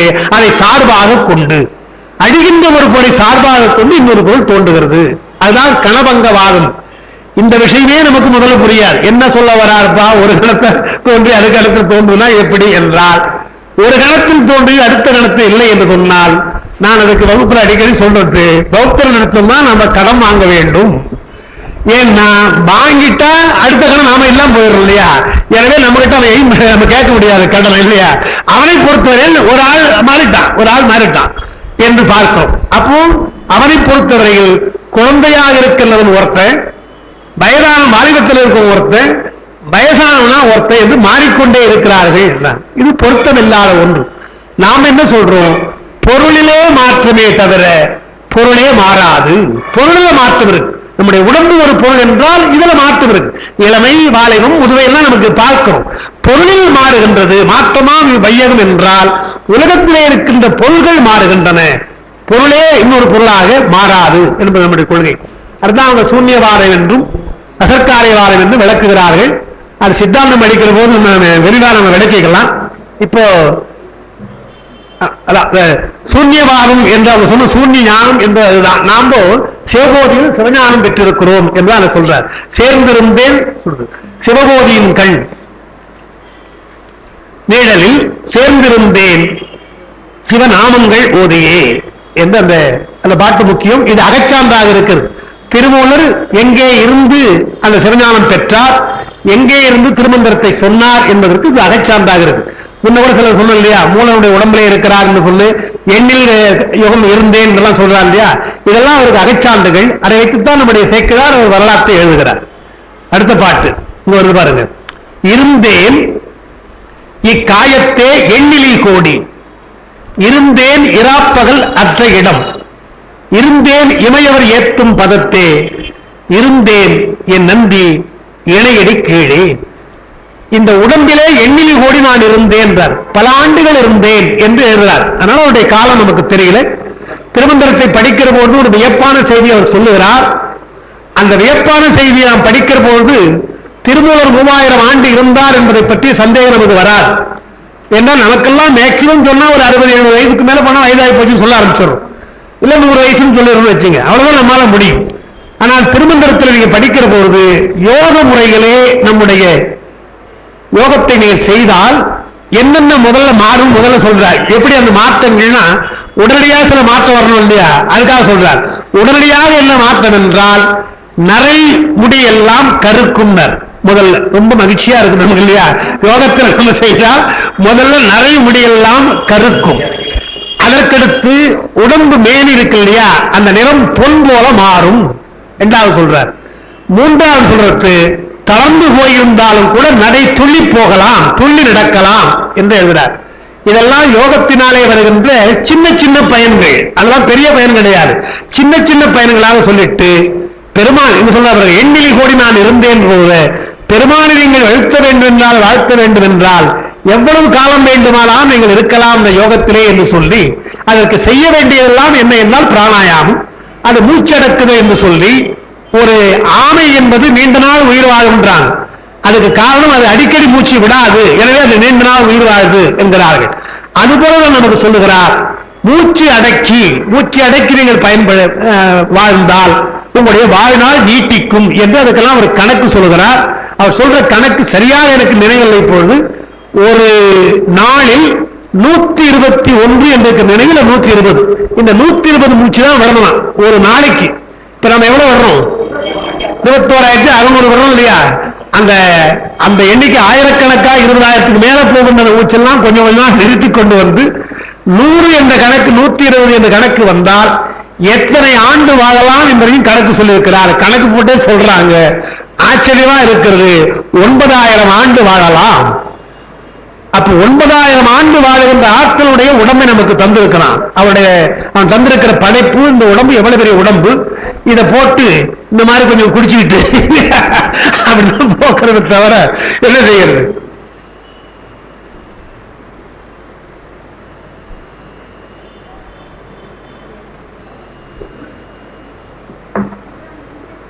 உணவு முறையில சொல்றாங்க.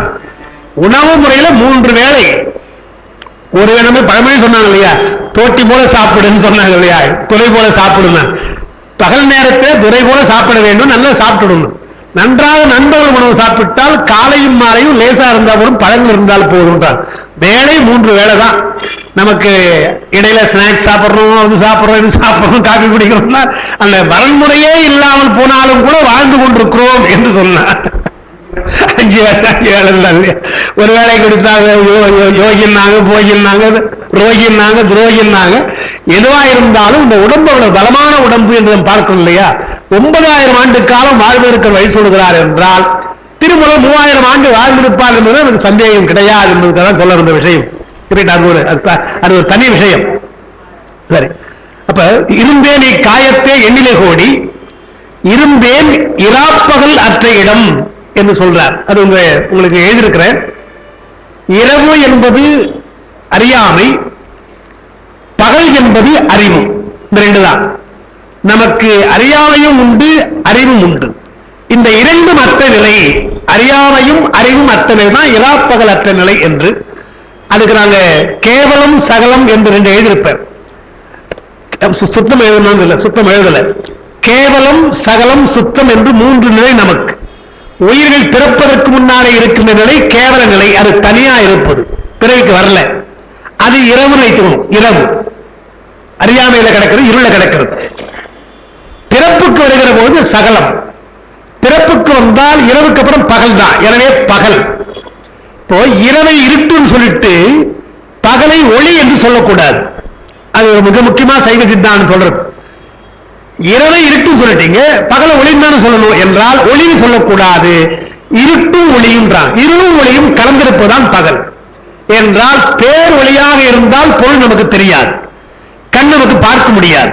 பேர் ஒளியாக சோழி இருக்கிறது பார்க்க முடியும், மின்னல் மின்னுகிறது, ஒண்ணுமே நமக்கு தெரிய மாட்டோம். அதுபோல பேர் ஒளியாக இருந்தால் பொருள்கள் தெரியாது. எனவே என்ன செய்கிறான் பெருமான்? இருட்டை நீக்கி கொஞ்சமாக இருட்டை வைத்து பகலை ஒளியும் தருகிறான். ஒளியும் இருட்டுமாக இருப்பதுதான் பகல். அதுக்கப்புறம் இராப்பகல் அற்ற இடம் என்று சொன்னால் இரவு இருட்டுமல்ல, ஒளியுமல்ல, பேர் ஒளியாக இருக்கின்ற மாற்றம் இல்லாத ஒரு இடம், அதுதான் பேருநிலையாக இருக்கின்ற சுத்தம் என்று சொல்லி கேவலம் சகலம் சுத்தம் என்று இங்க இராப்பகல் அற்ற இடம் என்று சொன்னதா பாருங்க.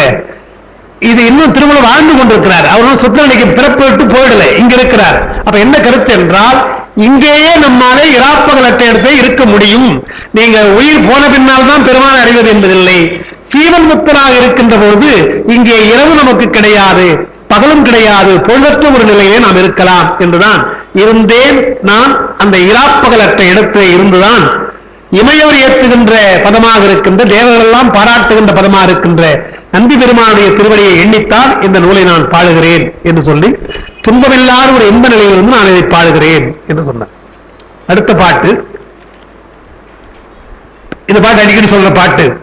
பின்னை நின்று என்னே பிறவி பெறுவது, முன்னை நன்றாக முயல் தவம் செய்திலர், என்னை நன்றாக இறைவன் படைத்தனன், தன்னை நன்றாக தமிழ் செய்யுமாறு. அடிக்கடி சொல்ற பாட்டு. அதனால எல்லாருக்கும் தெரியும். அதை எப்படி படிக்கணும்? அதுல இரண்டாவது வரையும் முதல்ல படிக்கணும். முன்னை நன்றாக முயல் தவம் செய்திலர், பின்னை நின்று என்னே பிறவி பெறுவது. உனக்கு நல்ல பிறவி வர வேண்டும் என்றால் முதல்ல தவம் செய்திருக்கணும். முன்னை நன்றாக முயல் தவம் செய்யல, தவம் செய்யாம பின்னை நின்று என்னே பிறவி பெறுவது. என்ன பிறவினாலும் உனக்கு வரலாம் இல்லையா? நல்ல பிறவின்னு சொல்ல முடியாது. எனவே தவம் செய்தவனுக்குத்தான் நல்ல பிறவி வாய்க்கும். சிவஞான சித்தியார்ல நம்ம எல்லாம் நோக்கித்தான் அவர் சொல்லுகிறார். சைவமாம் ஊழ் பெறல் அரிதுன்னர். நமக்கெல்லாம் சைவர்களாக நாம் பிறந்திருக்கிறோம், சைவ குடும்பத்திலே பிறந்திருக்கிறோம் என்று சொன்னால் தரையினில் கீழே விட்டு தவம் செய் சாதியினில் தோன்றிருக்கிறோம் என்று பார்க்கலாம். இடமா பாடுறார். வறுமையாம் சிறுமை தப்பிருக்கிறோம், வாழ்விலும் மையில் விட்டிருக்கிறோம், இதெல்லாம் விட்டு சைவம் என்ற ஊழ் பெற்றிருக்கிறோம் என்று சொன்னால் அது முன்னை நன்றாக நாம் முயல் தவம் செய்திருக்கிறோம் என்றுதான் அதுக்கு அர்த்தம். அப்ப முன்னை தவம் செய்யவில்லை என்றால் இந்த பிறவி உனக்கு சரியாக அமையாது. பின்னே நின்று என்னே பிறவி பெறுவது, எந்த பிறவி உனக்கு கிடைக்கும் என்று சொல்றார்.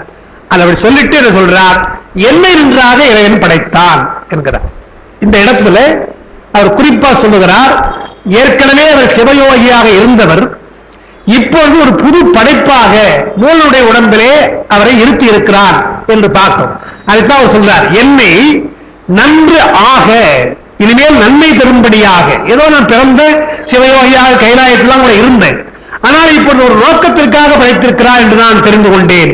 என்னுடைய உடம்பை அவன் மறைத்திருக்கிறான், மூலனுடைய உடம்பிலே என்னை புகுத்திருக்கிறான் என்று சொன்னால் அவனுக்கு ஏதோ ஒரு நோக்கம் இருக்கிறது. என்னை நன்று ஆக, நன்மைக்காக, அந்த நன்மையை தருவதற்காக படைத்திருக்கிறான் என்றால் இது இரண்டாவது படைப்பு. மூலனாக படைத்த படைப்பை சொல்லுகிறார். இது ஒரு அகச்சான்று. நமக்கு மூலனுடைய உடம்பிலே அவர் இருக்கிறார் என்பதற்கு ஒரு அகச்சான்றாக இருக்கிறது. எதற்காக என்றால் தன்னை நன்றாக தமிழ் செய்யுமாறே. தமிழ் செய்யுமாறே என்றால் ஆகமங்களை எல்லாம் தமிழிலே செய்யும்படியாக என்னை வகுத்திருக்கிறான் என்று சொல்லுகிறார். அதுதான் கொஞ்சம் நாங்கள் எழுதியிருக்கிறேன். மூன்றாவது பக்கத்தில் அதை எழுதியிருக்கிறேன். முற்பிறப்பில் நற்றவம் செய்யாதவர் இப்பிறப்பில் எவ்வாறு நற்பிறவி பெற முடியும்? முதல் விஷயம். அதாவது அரும்பாவம் என்றிருக்க வேண்டாம், வெறும்பானை பொங்குமோ மேல் என்று அவ்வையார் பாடுறார். பானையில எல்லாம் தண்ணி ஊத்தி பாலை ஊத்தி வச்சாதான் பொங்கும், பானை மட்டும் வச்சுட்டு பொங்கலையே பொங்கலாம் எப்படி பொங்குன்றார். அதுபோல நமக்கு பிறவியில இதெல்லாம் கிடைக்கலைன்னா முன்னே தவம் செய்யவில்லை, தவம் செய்யாம எப்படி ஒரு வெறும்பானை பொங்குமா என்று கேட்கிறார். அதுபோல இங்க முன் பிறவிலே செய்த தவம் காரணமாக இப்பொழுது நம் பிறவிலே நற்பிறவி பெற முடியும். நான் செய்த தவம் காரணமாக இப்பொழுது தமிழிலே அவரை பாடுவதற்கு எனக்கு வாய்ப்பு தந்திருக்கிறான். அதான் முன்னே சொன்ன, நேற்று சொன்ன பாட்டுல சதாசிவம் இன்னைக்கு வந்திருக்கிறார். நேற்று சதாசிவம் கூட்டா இன்னைக்கு வந்திருக்கிறார். சதாசிவம் சொன்னோம் இல்லையா, தத்துவம் சொன்னோம், முத்தமிழ் வேதம் என்று 4 சொன்னோம் இல்லையா. இந்த 4ம் கைலாயத்திலே இருக்கின்றது ஒன்று என்று சொல்லுகிறார். அந்த முத்தமிழ் என்பதாலே அந்த தமிழை என்னை பாட வைத்திருக்கிறான் என்று, என்னை நன்றாக இறைவன் படைத்தான், தன்னை நன்றாக தமிழ் செய்யுமாறே என்கிற பொழுது மூலன் உடம்பில் புகும் முன்னே இருந்தது ஒரு முன்பிறவு. மூலனுடன் முன்னே பூந்த பின்னால் அது இரண்டாவது பிறப்பு, பின் பிறப்பாக 2 பிறப்பாக என்னை செய்திருக்கிறார் என்பதால் தான் என்னை முதல்ல படைத்தார், என்னை படைத்தார், இப்போ நன்றாக படைத்தார் என்று வைத்துக்கொள்ளும். முன்னை படைத்தது ஒன்று, என்னை ஏதோ ஒன்றாக படைத்தான், இப்ப நன்றாக படைத்தான் என்று வைத்துக்கொள்ளும். அது இந்த விஷயத்தை தான் நம்முடைய சேக்கிழார் இதெல்லாம் இந்த பாட்டெல்லாம் வைத்துக்கொண்டு எழுதுகிறார். தன்னை நன்றாக தமிழ் செய்யுமாறே என்று சொன்னதை அப்படியே வைத்துக் கொண்டு பாடுறார். அந்த பாட்டை உங்களுக்கு கொடுத்திருக்கிறேன். தன்னிலவார் சடையார் தாம் தந்த ஆகமப் பொருளை மண்ணின் இசை திருமூலர் வாக்கினால் தமிழ் வகுப்ப. அப்போ தமிழ் செய்யுமாறே என்பதற்கு என்ன அர்த்தம் பண்ணுகிறார் சேக்கிழார் என்றால், பெருமான் கொடுத்த அந்த ஆகமங்களை எல்லாம் தமிழ்படுத்துவதற்காக, தமிழிலே இருப்பதற்காக. ஏன்னா ஆகமங்கள் எல்லாம் வடமொழியிலே நம்முடைய முன்னோர்கள் எழுதி வைத்திருந்தார்கள். முன்னோர்கள் எழுதி வைத்திருந்த அந்த கிரந்தத்திலே இருந்ததை எல்லாம் தமிழ்படுத்துகின்ற ஒரு பெரும் பொறுப்பை எனக்கு பெருமான் தந்திருக்கிறான். அதை நீங்க பார்க்கணும்.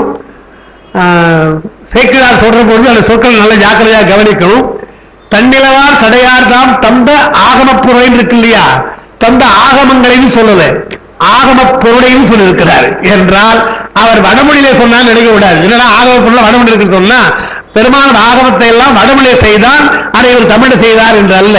ஞானிகளுக்கெல்லாம் ஆகமத்தினுடைய பொருளை குறிப்பாக சொன்னான், பொருளைத்தான் சொன்னான்.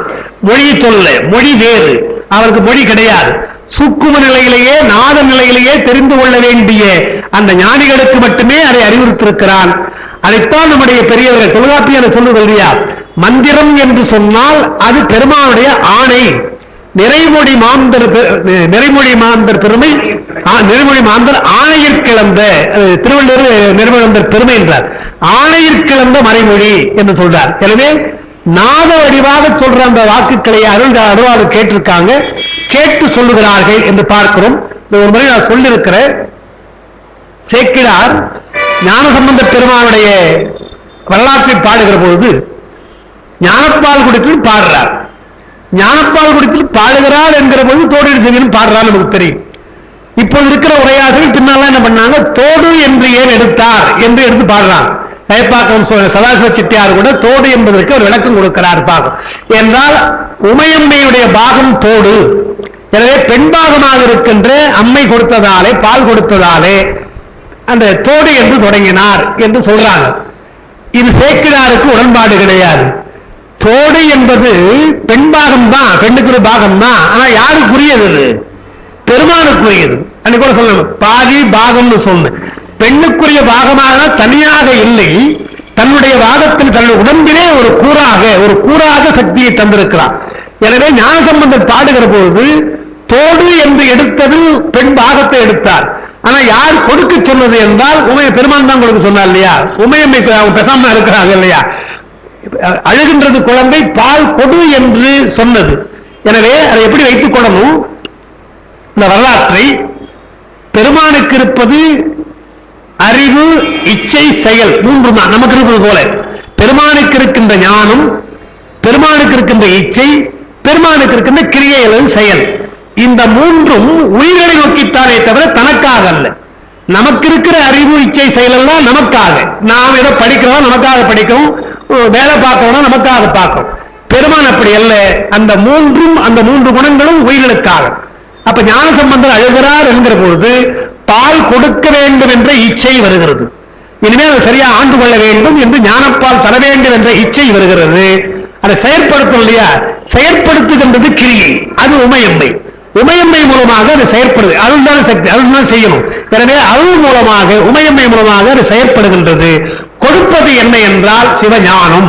ஆக பெருமானுடைய ஞானம், பெருமானுடைய இச்சை, பெருமானுடைய கிரியை, இதுதான் அங்க நடந்தது. அதைத்தான் உணர்ந்து பாடுகிறார் தோளுடைய செவியன். செவியன் என்றால் யாரு சொல்றாரு? சிவனைத்தான் சொல்றார் இல்லையா. தோளுடைய செவியல் என்று சொல்லல.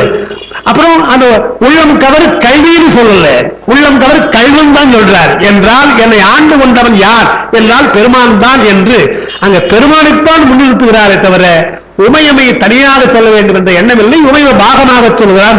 இதெல்லாம் இன்னைக்கு சொல்ற விஷயம். ஆனால் சேக்கிழார் அந்த பிரச்சனையே போகல. என்ன பண்றார், தோடு என்று ஏன் எடுத்தார் என்றால் ஓ என்பது பிரணவம், இட் என்பது தமிழ். எனவே அவர் பாடுவது தமிழ பாடப் போகிறார். பிரணவம் என்று சொன்னால் அங்க கூட ஒரு முறை சொல்லியிருக்க, வடமொழி ஸ்லோகத்தை நீங்க சொல்ல வேண்டும் என்று சொன்னால் வடமொழி சொல்லுகிற பொழுது ஓம் தான் சொல்லணும் முதல்ல. ஏன்னா ஓம் தான் பிரணவம் தான் முதல்ல. மந்திரம் சொன்னாலே ஓம் தான் சொல்றோம். எனவே வடமொழி ஸ்லோகத்தை சொல்ற பொழுது ஓம் சொல்லணும். திருமுறையை சொல்லுகிற பொழுது ஓம் சொல்லக்கூடாது. ஏன்னா திருமுறையெல்லாம் பெருமானுக்குரியது, பெருமானுக்கு என்னுடைய திருவடி சேர்வதற்காக உள்ளது. ஓங்காரம் பிரணவம் என்பதெல்லாம் உலகியலுக்காக, வேதங்கள் எல்லாம் உலகியல் பலனை தருவதற்காக சொல்லப்படுகின்ற சோகங்கள். எனவே பிரணவத்தை சொல்றோம். திருமுறை என்பது பெருமானை திருவடியை சேர்வதற்காக நாம் பாடுகிறோம் என்பதாலே அங்க திருச்சிற்றம்பலம் என்றுதான் நாம சொல்லணும்.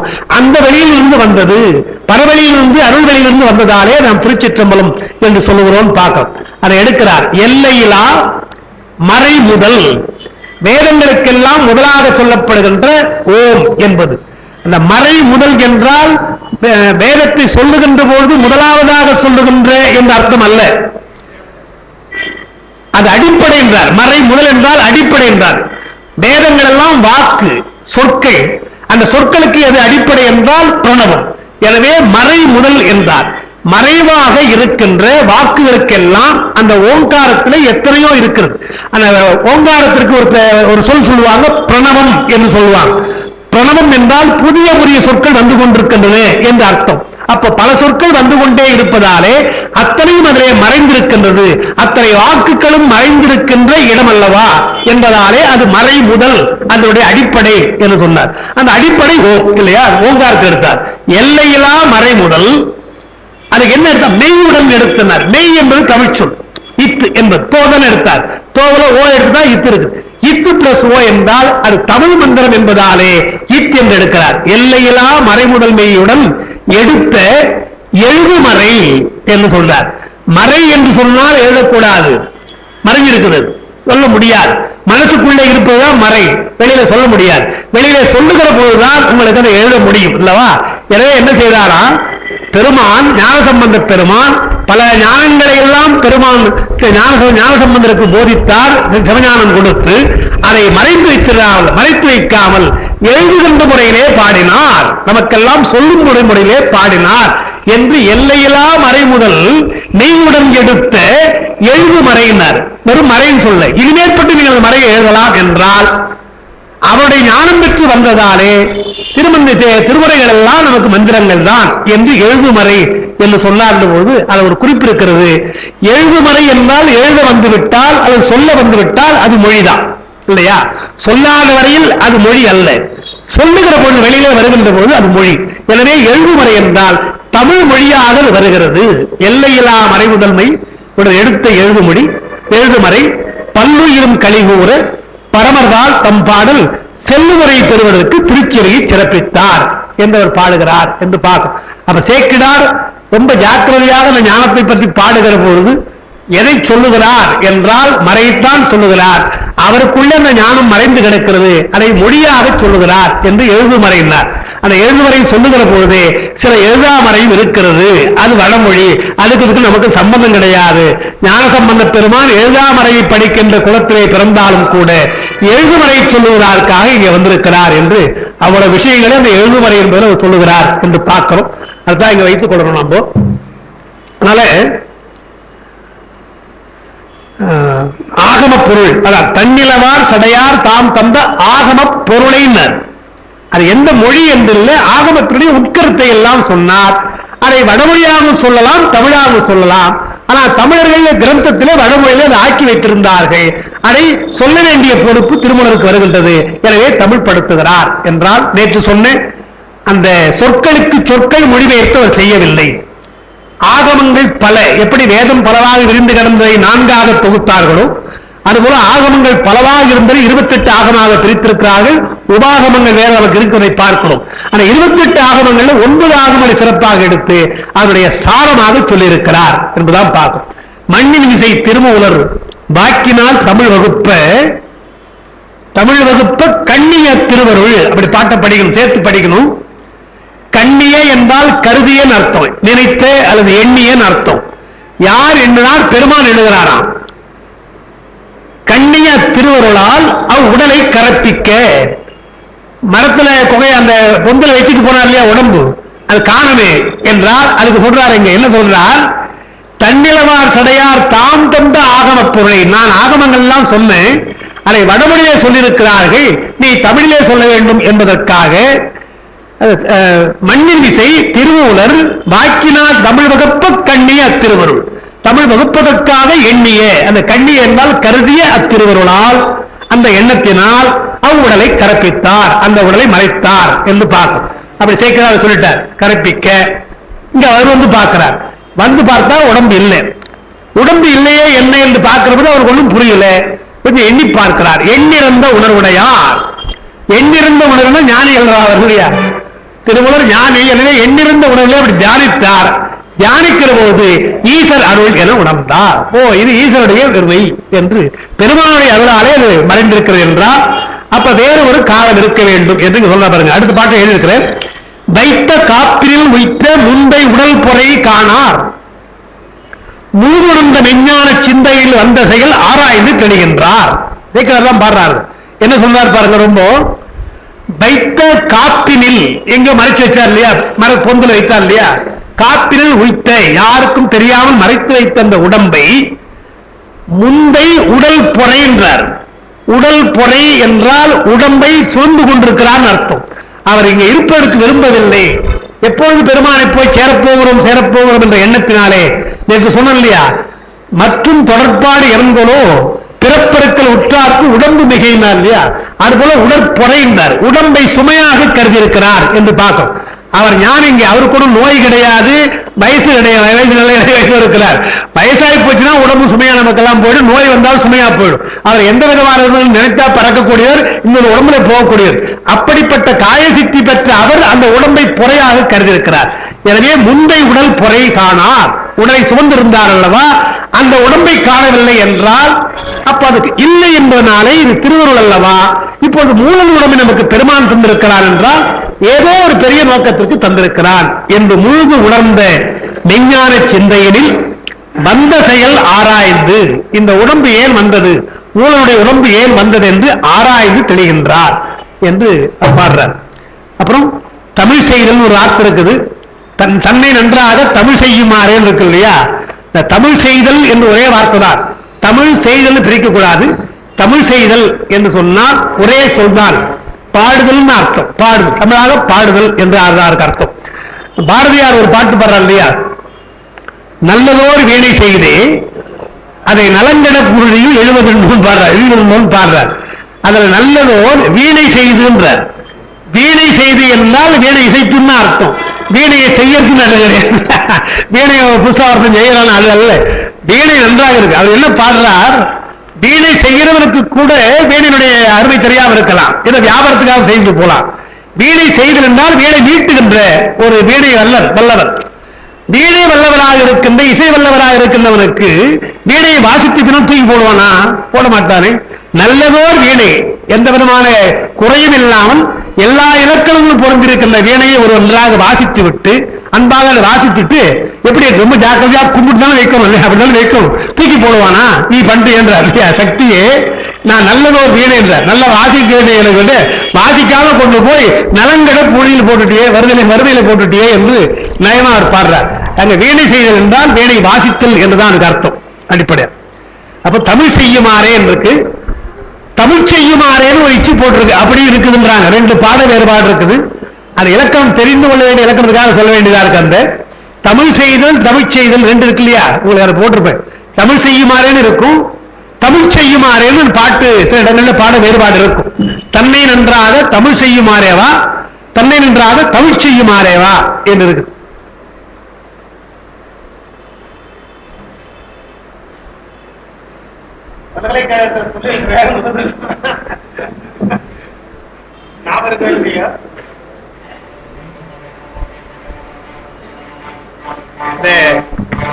திருமண பத்திரெல்லாம் போன பொழுது திருவருள் துணை கொண்டு போடும். திருவருள் துணை கொண்டா துணை கொண்டா என்று ஒரு சந்தேகம் நம்ம வரும், சில பேர் கேட்பாங்க இல்லையா.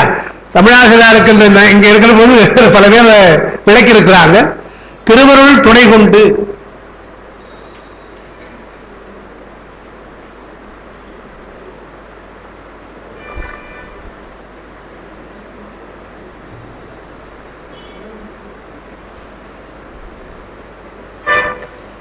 திருவருள் போட்டுட்டீங்கன்னா துணை கொண்டுதான் இருக்கும். திருவருள் என்று போட்டா துணை கொண்டு ஐக்கு போடக்கூடாது. எனக்கு கல்யாணம் பத்தினா வீட்டில் அடிக்க போறீங்களா, அதுக்காக சொல்லுங்க. திருவருள் துணை கொண்டு, ஒருவேளை திருவருளை என்று போட்டு வச்சுங்க, திருவருளை என்று போட்டா அங்க இக்கு போடணும், துணை கொண்டு போடணும். அப்ப அந்த இக்கு போட்டா துணையாக கொண்டுன்னு அர்த்தம்.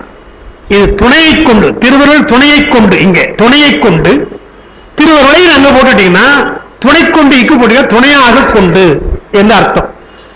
எனவே தமிழ்ல நாம தப்பு பண்ணாம இருக்கோம், தப்பு பண்ணார்கள் இல்லையா, அதுக்காக திருவருள் துணை கொண்டு எழுதுங்க, இல்ல திருவருளை துணை கொண்டு என்று எழுதலாம். அதான் இங்க தமிழ் செய்யுமாறே என்பதும் சரி, தமிழ் செய்யுமாறே என்பதும் சரிதான், அந்த வேறுபாடு இல்லை. ஆனா பொருள் சொல்ற போது வேறுபாடா இருக்கும். தமிழ் செய்யுமாறே என்று இச்சு போடவில்லை என்றால் தமிழை செய்யுமாறே அர்த்தம். தமிழை செய்கிறேன், அது தமிழ் மொழியை செய்கிறேன், அந்த ஆகமத்திற்கு தமிழ் மொழியை செய்கிறேன் அர்த்தம். தமிழ் செய்யுமாறு எச்சு போட்டா தமிழாக செய்கிறேன், தமிழாக செய்கிறேன் அர்த்தம். தமிழை செய்கிறேன் என்று ஒரு அர்த்தம், தமிழாக செய்கிறேன் அர்த்தம். எச்சு போட்டோம்னா தமிழாக செய்கிறேன், எச்சு போடவில்லை என்றால் தமிழை செய்கிறேன் என்று அர்த்தம். நான் உயர்ந்த நூல்கள்ல இலக்கணப்பிழை வரக்கூடாது, அதான் சொல்ல வேண்டியதார். தன்னை நன்றாக தமிழ் செய்யுமாறே என்று அந்த பாட்டை சொன்னார். இப்ப பெண்ணை நின்று என்னை பெருதி பெறுவது, முன்னை நன்றாக முயல் தவம் செய்திலர், என்னை நன்றாக இறைவன் படைத்தலும் தன்னை நன்றாக தமிழ் செய்யுமாறே. அடுத்த பாடல், சித்தத்தின் உள்ளே சிறக்கின்ற நூல்களில் உத்தமமாகவே ஓதிய வேதத்தின் ஒத்த உடலையும் உள்நின்ற உற்பத்தி அத்தன் எனக்கு இங்கு அருளால் அளித்ததே. நூல்கள்ல அவர் எழுத பாருங்க, நூல்களில் சிறந்தது வேதம் என்று எழுதுறார். வேதமும் ஆகமும் அதில் இருக்கின்ற கருத்துக்களையும் என் உள்ளத்திலே பெருமான் நிறுத்த நான் இப்போது உங்களுக்கு சொல்லுகிறேன். உயர்ந்த நூல்கள் எத்தனையோ இருந்தாலும் சுருக்கமாக என்னெல்லாம் நூலை சொல்ல வேண்டும் என்றால் வேதம் ஆகமும் என்று சொல்லலாம் என்று வருது. பின்னால் ஒரு பாட்டு சொல்ல போகிறார், தங்கி மிகாமை வைத்தான் தமிழ்ச்சாத்திரம் சொல்ல போறார். அது நான் ஒரு வேற விளக்கம் தந்திருக்கிறேன், அந்த இடத்துல அங்க பார்ப்போம். இந்த விளக்கம்னா கொஞ்சம் வேற மாதிரி அங்க கொடுத்திருப்பேன், அங்க பார்ப்போம். சித்தத்தின் உள்ளே சிறக்கின்ற நூல்களில், அதாவது எத்தனையோ நம்ம படிக்கிறோம். நம்முடைய பிஎம்ஜே இருந்தார் இல்லையா, ஜெயசந்திரநாதன், அவர் சொல்லுவார், அவர் நல்லா நயமா பாடுவார், பேசுவார். என்ன சொல்வார்னா, எல்லாம் புத்தகம் நம்ம படிக்கிறோம், இந்த வாரந்தோறும் குமுதம் படிப்போம். குமுதம் படிக்கிற போது அது வளவளப்பா அப்படியே இருக்கு இல்லையா, ரொம்ப அப்படியே வாங்கி பிரமாணத்தை எடுத்துக்கொண்டு அசுகாம படிப்பாங்களா இல்ல, நல்ல அது படிச்சு முடிச்சோன்னு அப்படி தூக்கி போட்டுரும் இல்லையா. வாழைவை என்று சொன்னால் அதை எவ்வளவு நான் எடுத்துக்க முடியும், படிக்கிற வரையில் தான் தூக்கி போடுறோம். நாளேடு என்று சொன்னால் 1 மணி நேரம் படிச்சா தூந்து அது வேஸ்ட் பேப்பர் பா என்று சொல்றோம். அந்த இதழியல் ஜேர்னலிஸ்ட் சொல்றாங்க, நியூஸ் பேப்பர் என்றால் அது காலையில் தான் நியூஸ் பேப்பர், மறுநாள் அது ரேப்பர். அது கட்டு நேற்று பேப்பர் கொஞ்சம் வீடு கட்டலாம் அப்படின்னு சோறு கட்டுறதுக்காக ரேப்பர்.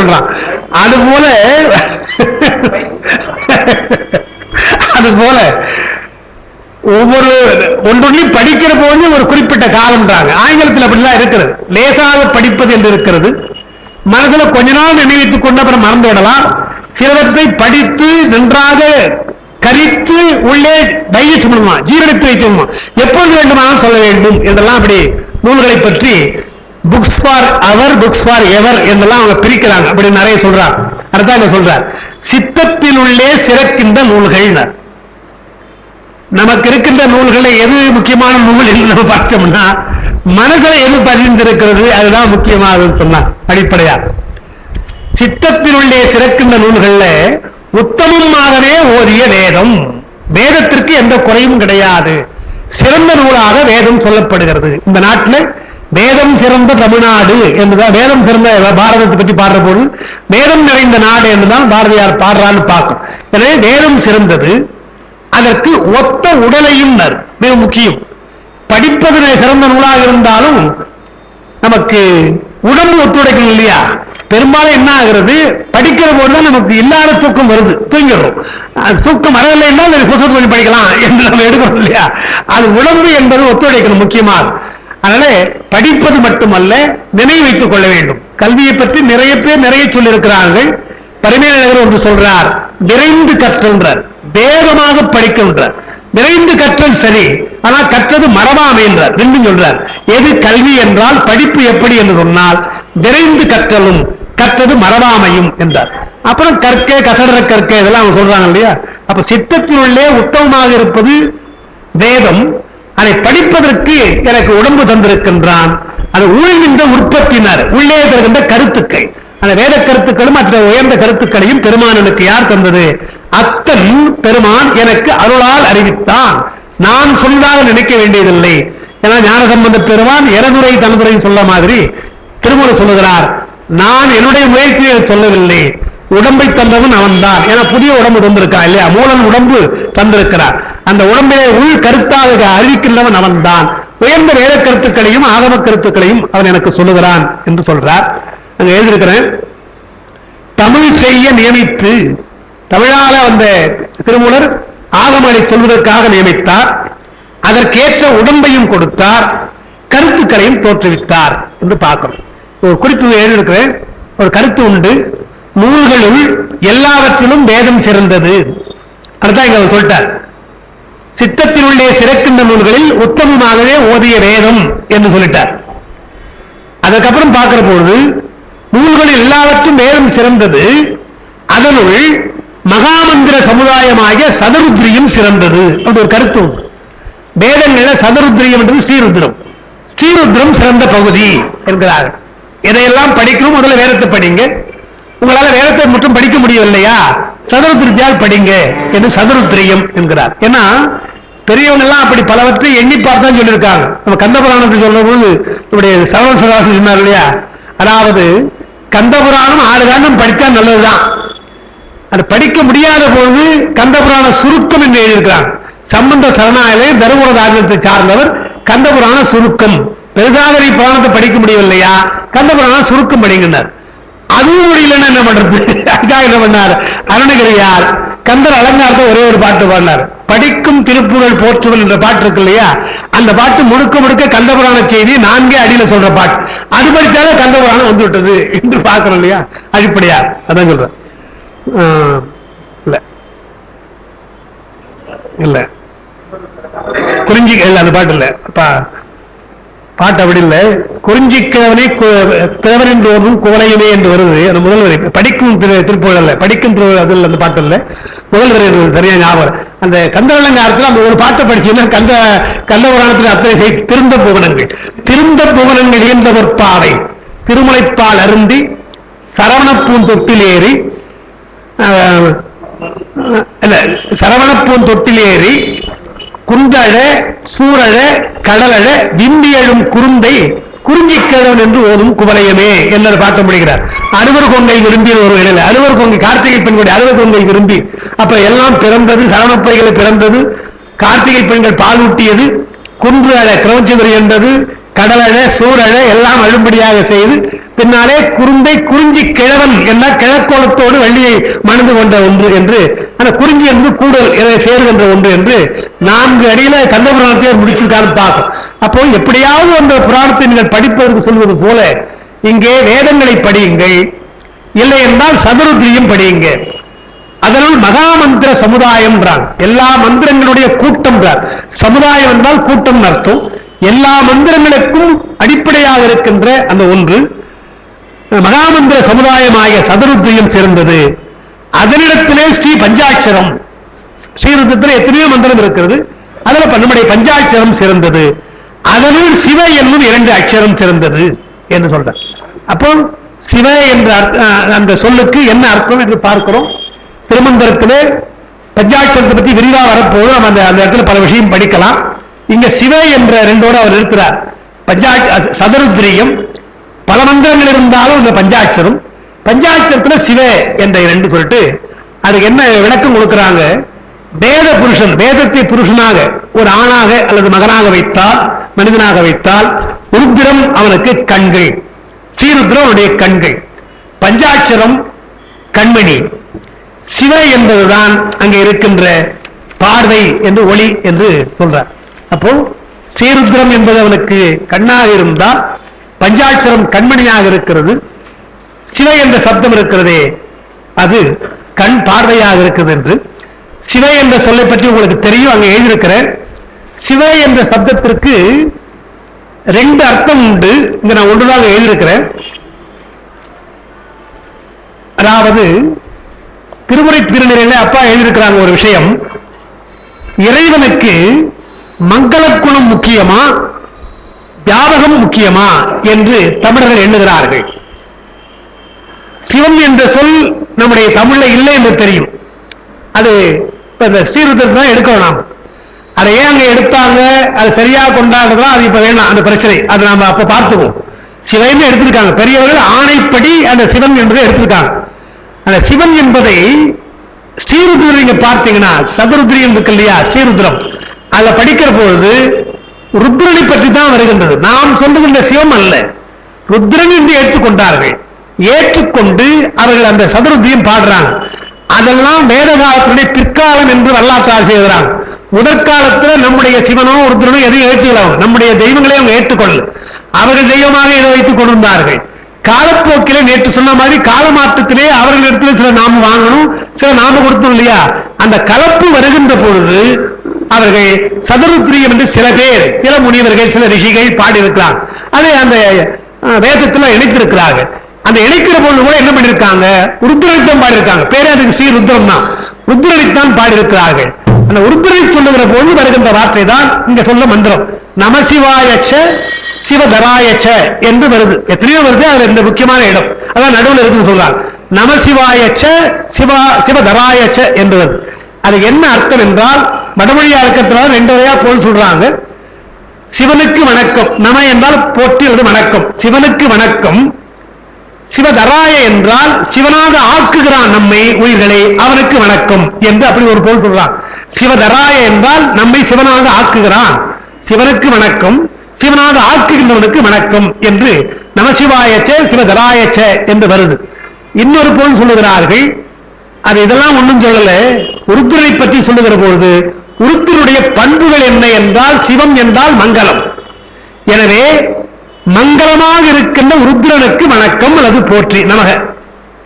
மங்களமாக இருக்கிறார், எனவே அவனுக்கு நம சிவாய, மங்களமாக இருக்கின்ற உருத்திரன். சிவதராய என்றால் இன்னும் மங்களமாக, மேலும் மங்களமாக இருக்கிறான், மேன்மையான மங்களம் உடையவனாக இருக்கிறான் என்று சிவதரா என்று சொன்னால் மேன்மையான மங்களம் என்று ருத்ரனுக்கு மங்கள குணம் உடையவன் என்பதைத்தான் அங்க சொல்வது தவிர நம்முடைய சிவனை பற்றி எல்லாம் விளக்கலாம் கிடையாது. ருத்ரன் மங்களம் உடையவன் என்று வருது. அதை அவர்கள் எடுக்கிறார், நாம எடுக்கிறோம். அந்த சிவம் என்ற சொல் மங்களம் என்ற அர்த்தத்தில் இருப்பதாலே அதை எடுக்கிறார்கள். இன்னொன்று அதை சொல்ல வேண்டும், சிவம் என்ற சொல்லிற்கு அன்பு என்ற ஒரு சொல் அங்க இருக்குது, வடமொழி இருக்கு, அதான் அங்க எழுதியிருக்கிறது. நிச்சயம் அதுதான் அங்க எழுதியிருப்பது.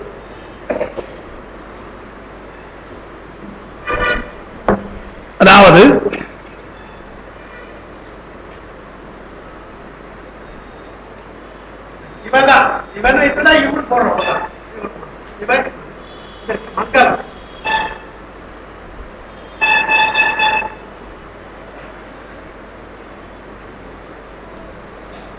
சிவம் என்ற சொல்லுக்கு மங்களம் என்ற ஒரு பொருள் உண்டு, அன்பு என்ற பொருள் உண்டு. இப்ப நம்ம திருமணம் படிக்கிற போது படிக்கிறோம் இல்லையா, அன்பே சிவன் ஏன் சொன்னார் என்றால், சிவம் என்ற சொல்லுக்கு அன்பு என்று இருக்கிறது, எனவே அன்பு சிவம் இரண்டும் நினைக்காதீங்க என்று சிவம் என்ற வடமொழி சொல்லுக்கு பொருள் சொல்வது போலவும், எல்லா ஆன்மாக்களுக்கும் அன்பு செலுத்துகிறான், கருணையுடையனாக இருக்கிறான் என்பதை குறிப்பதற்காகவும் அன்பு சிவம் இரண்டு என்று அறிகிறார் என்று சொன்னார் தான். எனவே இரண்டு குணங்கள் அந்த சிவம் என்பதற்கு இருக்கிறது. அதுல முதல்ல இருப்பது மங்களம். அப்புறம் இறைவனுக்கு சொல்லுகிற கடவுள் குணங்களை வியாபகமாக இருக்கிறான் என்று சொல்லுது. அது அந்த ஸ்ரீருத்திலிருந்து வருகின்றது, மற்ற வேதங்களில் வருகின்றது விஷ்ணு என்ற சொல்.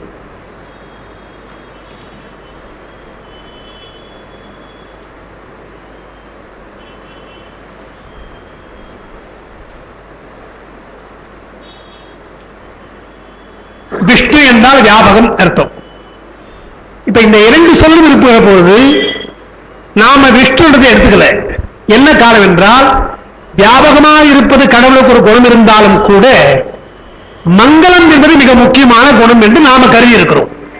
ஏன் கருதி இருக்கிறோம் என்று சொன்னால், இப்ப நம்ம எல்லாம் படிக்கிறோம், தத்துவம் படிக்கிறோம், எல்லாம் படிக்கிறோம். இறப்பு என்று சொன்னால் பயப்படுறோம். இறப்பு வீடு என்றால் அது அமங்கலம் என்று நாம் நினைக்கிறோம். அது மங்களம் தான், இறப்பு என்றால் மங்களம் தான், எல்லாம் சொல்றதுதான். சகரத்தில் கூட ஏதாவது இறப்பு டெட் பாடி வந்தால் நல்லதுன்னு சொல்றோம், அதெல்லாம் சொல்லிக்கிறோம். ஆனால் இறப்பு நேர்ந்தோம் என்ற அச்சம், இறந்த வீடு அமங்கலம் என்றெல்லாம் நாம கருதுகிறோம் அல்லவா? எனவே உலகிலா பார்க்கிற போது இறப்பு என்பதும் அமங்கலம், பிறப்பு என்பது அமங்கலம் தான். நாம் என்ன பண்றோம், பிறப்பு மங்களம் வச்சுக்கிட்டோம், இறப்பு என்பது அமங்கலம் வச்சுக்கிட்டோம். நான் கேட்கிறேன், இறப்பு என்பதாவது மங்களம் இதில் பொருந்துகிறது. ஏனென்றால் ஒருவேளை இறந்த உயிர் மீண்டும் பிறக்காம திருவடிக்கு போனாலும் போகலாம், ஆனால் பிறந்தால் கட்டாயம் இறக்கும். எனவே பிறப்பு தான் அமங்கலம் முதல்ல. ஆனால் மாற்றி சொல்றோம் இல்லையா, பிறப்பு என்பது மங்களம் என்றும் இறப்பு அமங்கலம் சொல்றோம். எனவே என்ன செய்தாலும் பெரியவர்கள், பிறப்பு இறப்பு இல்லாத ஒன்றுதான் மங்களம், அதைத்தான். அதுதான் நம்முடைய பெருமானுக்கு முக்கியமான குணம். நம்முடைய பண்பாடு, நம்முடைய சைவ பண்பாட்டில், சைவ மரபுல கடவுளுக்கு சொல்லுகிற இலக்கணமாக சொல்லுகின்ற பொழுது பிறப்பிலி பிஞ்சகன் பிண்டாள் சடையான் பாட போறார். பிறப்பில்லாதவன் என்பது மிக முக்கியமானதாக இருப்பதாலே என்றைக்கும் மங்களமாக இருக்கிறான் என்ற அந்த சொல்ல நாம் எடுத்துக்கணும். சிவம் என்ற சொல்ல எடுத்துட்டோம். எப்படி இந்த கிருஷ்ணனிடத்துல போய் படை கேட்டாங்க இல்லையா, இந்த துரியோதனன் கேட்டான், அர்ஜுனன் கேட்கிற போது அர்ஜுனன் என்ன சொன்னான், கிருஷ்ணா நீ வந்தா போறோம் எனக்கு, அப்ப நிம்மதியா போச்சு அவன் படையை வாங்கி போயிட்டான் இல்லையா. அது போல வைஷ்ணவ என்ன பண்ணாங்க, நல்ல வேலைப்பா விஷ்ணு விட்டாங்கப்பா என்று வியாபகமா இருந்து அதை எடுத்துட்டாங்க. விஷ்ணு என்று வியாபகம் எடுத்துட்டாங்க. வியாபகத்தன்மையை அவர்கள் கடவுள் கொள்கைக்கு சிறந்ததாக எடுத்துக்கொண்டார்கள் வைஷ்ணவர்கள். நாம் மங்களத்தன்மையை சிறப்பாக கொண்டோம். இதான் வித்தியாசம். எனவே சிவம் என்பது மங்களத்தை குறிப்பது. அதுதான் இங்க சொல்றாரு.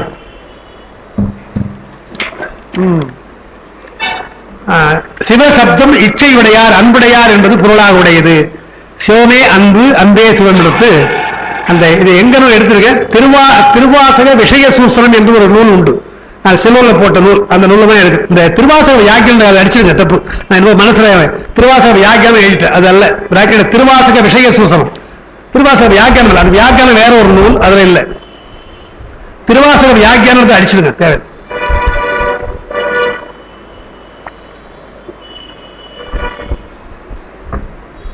சரி, அப்போ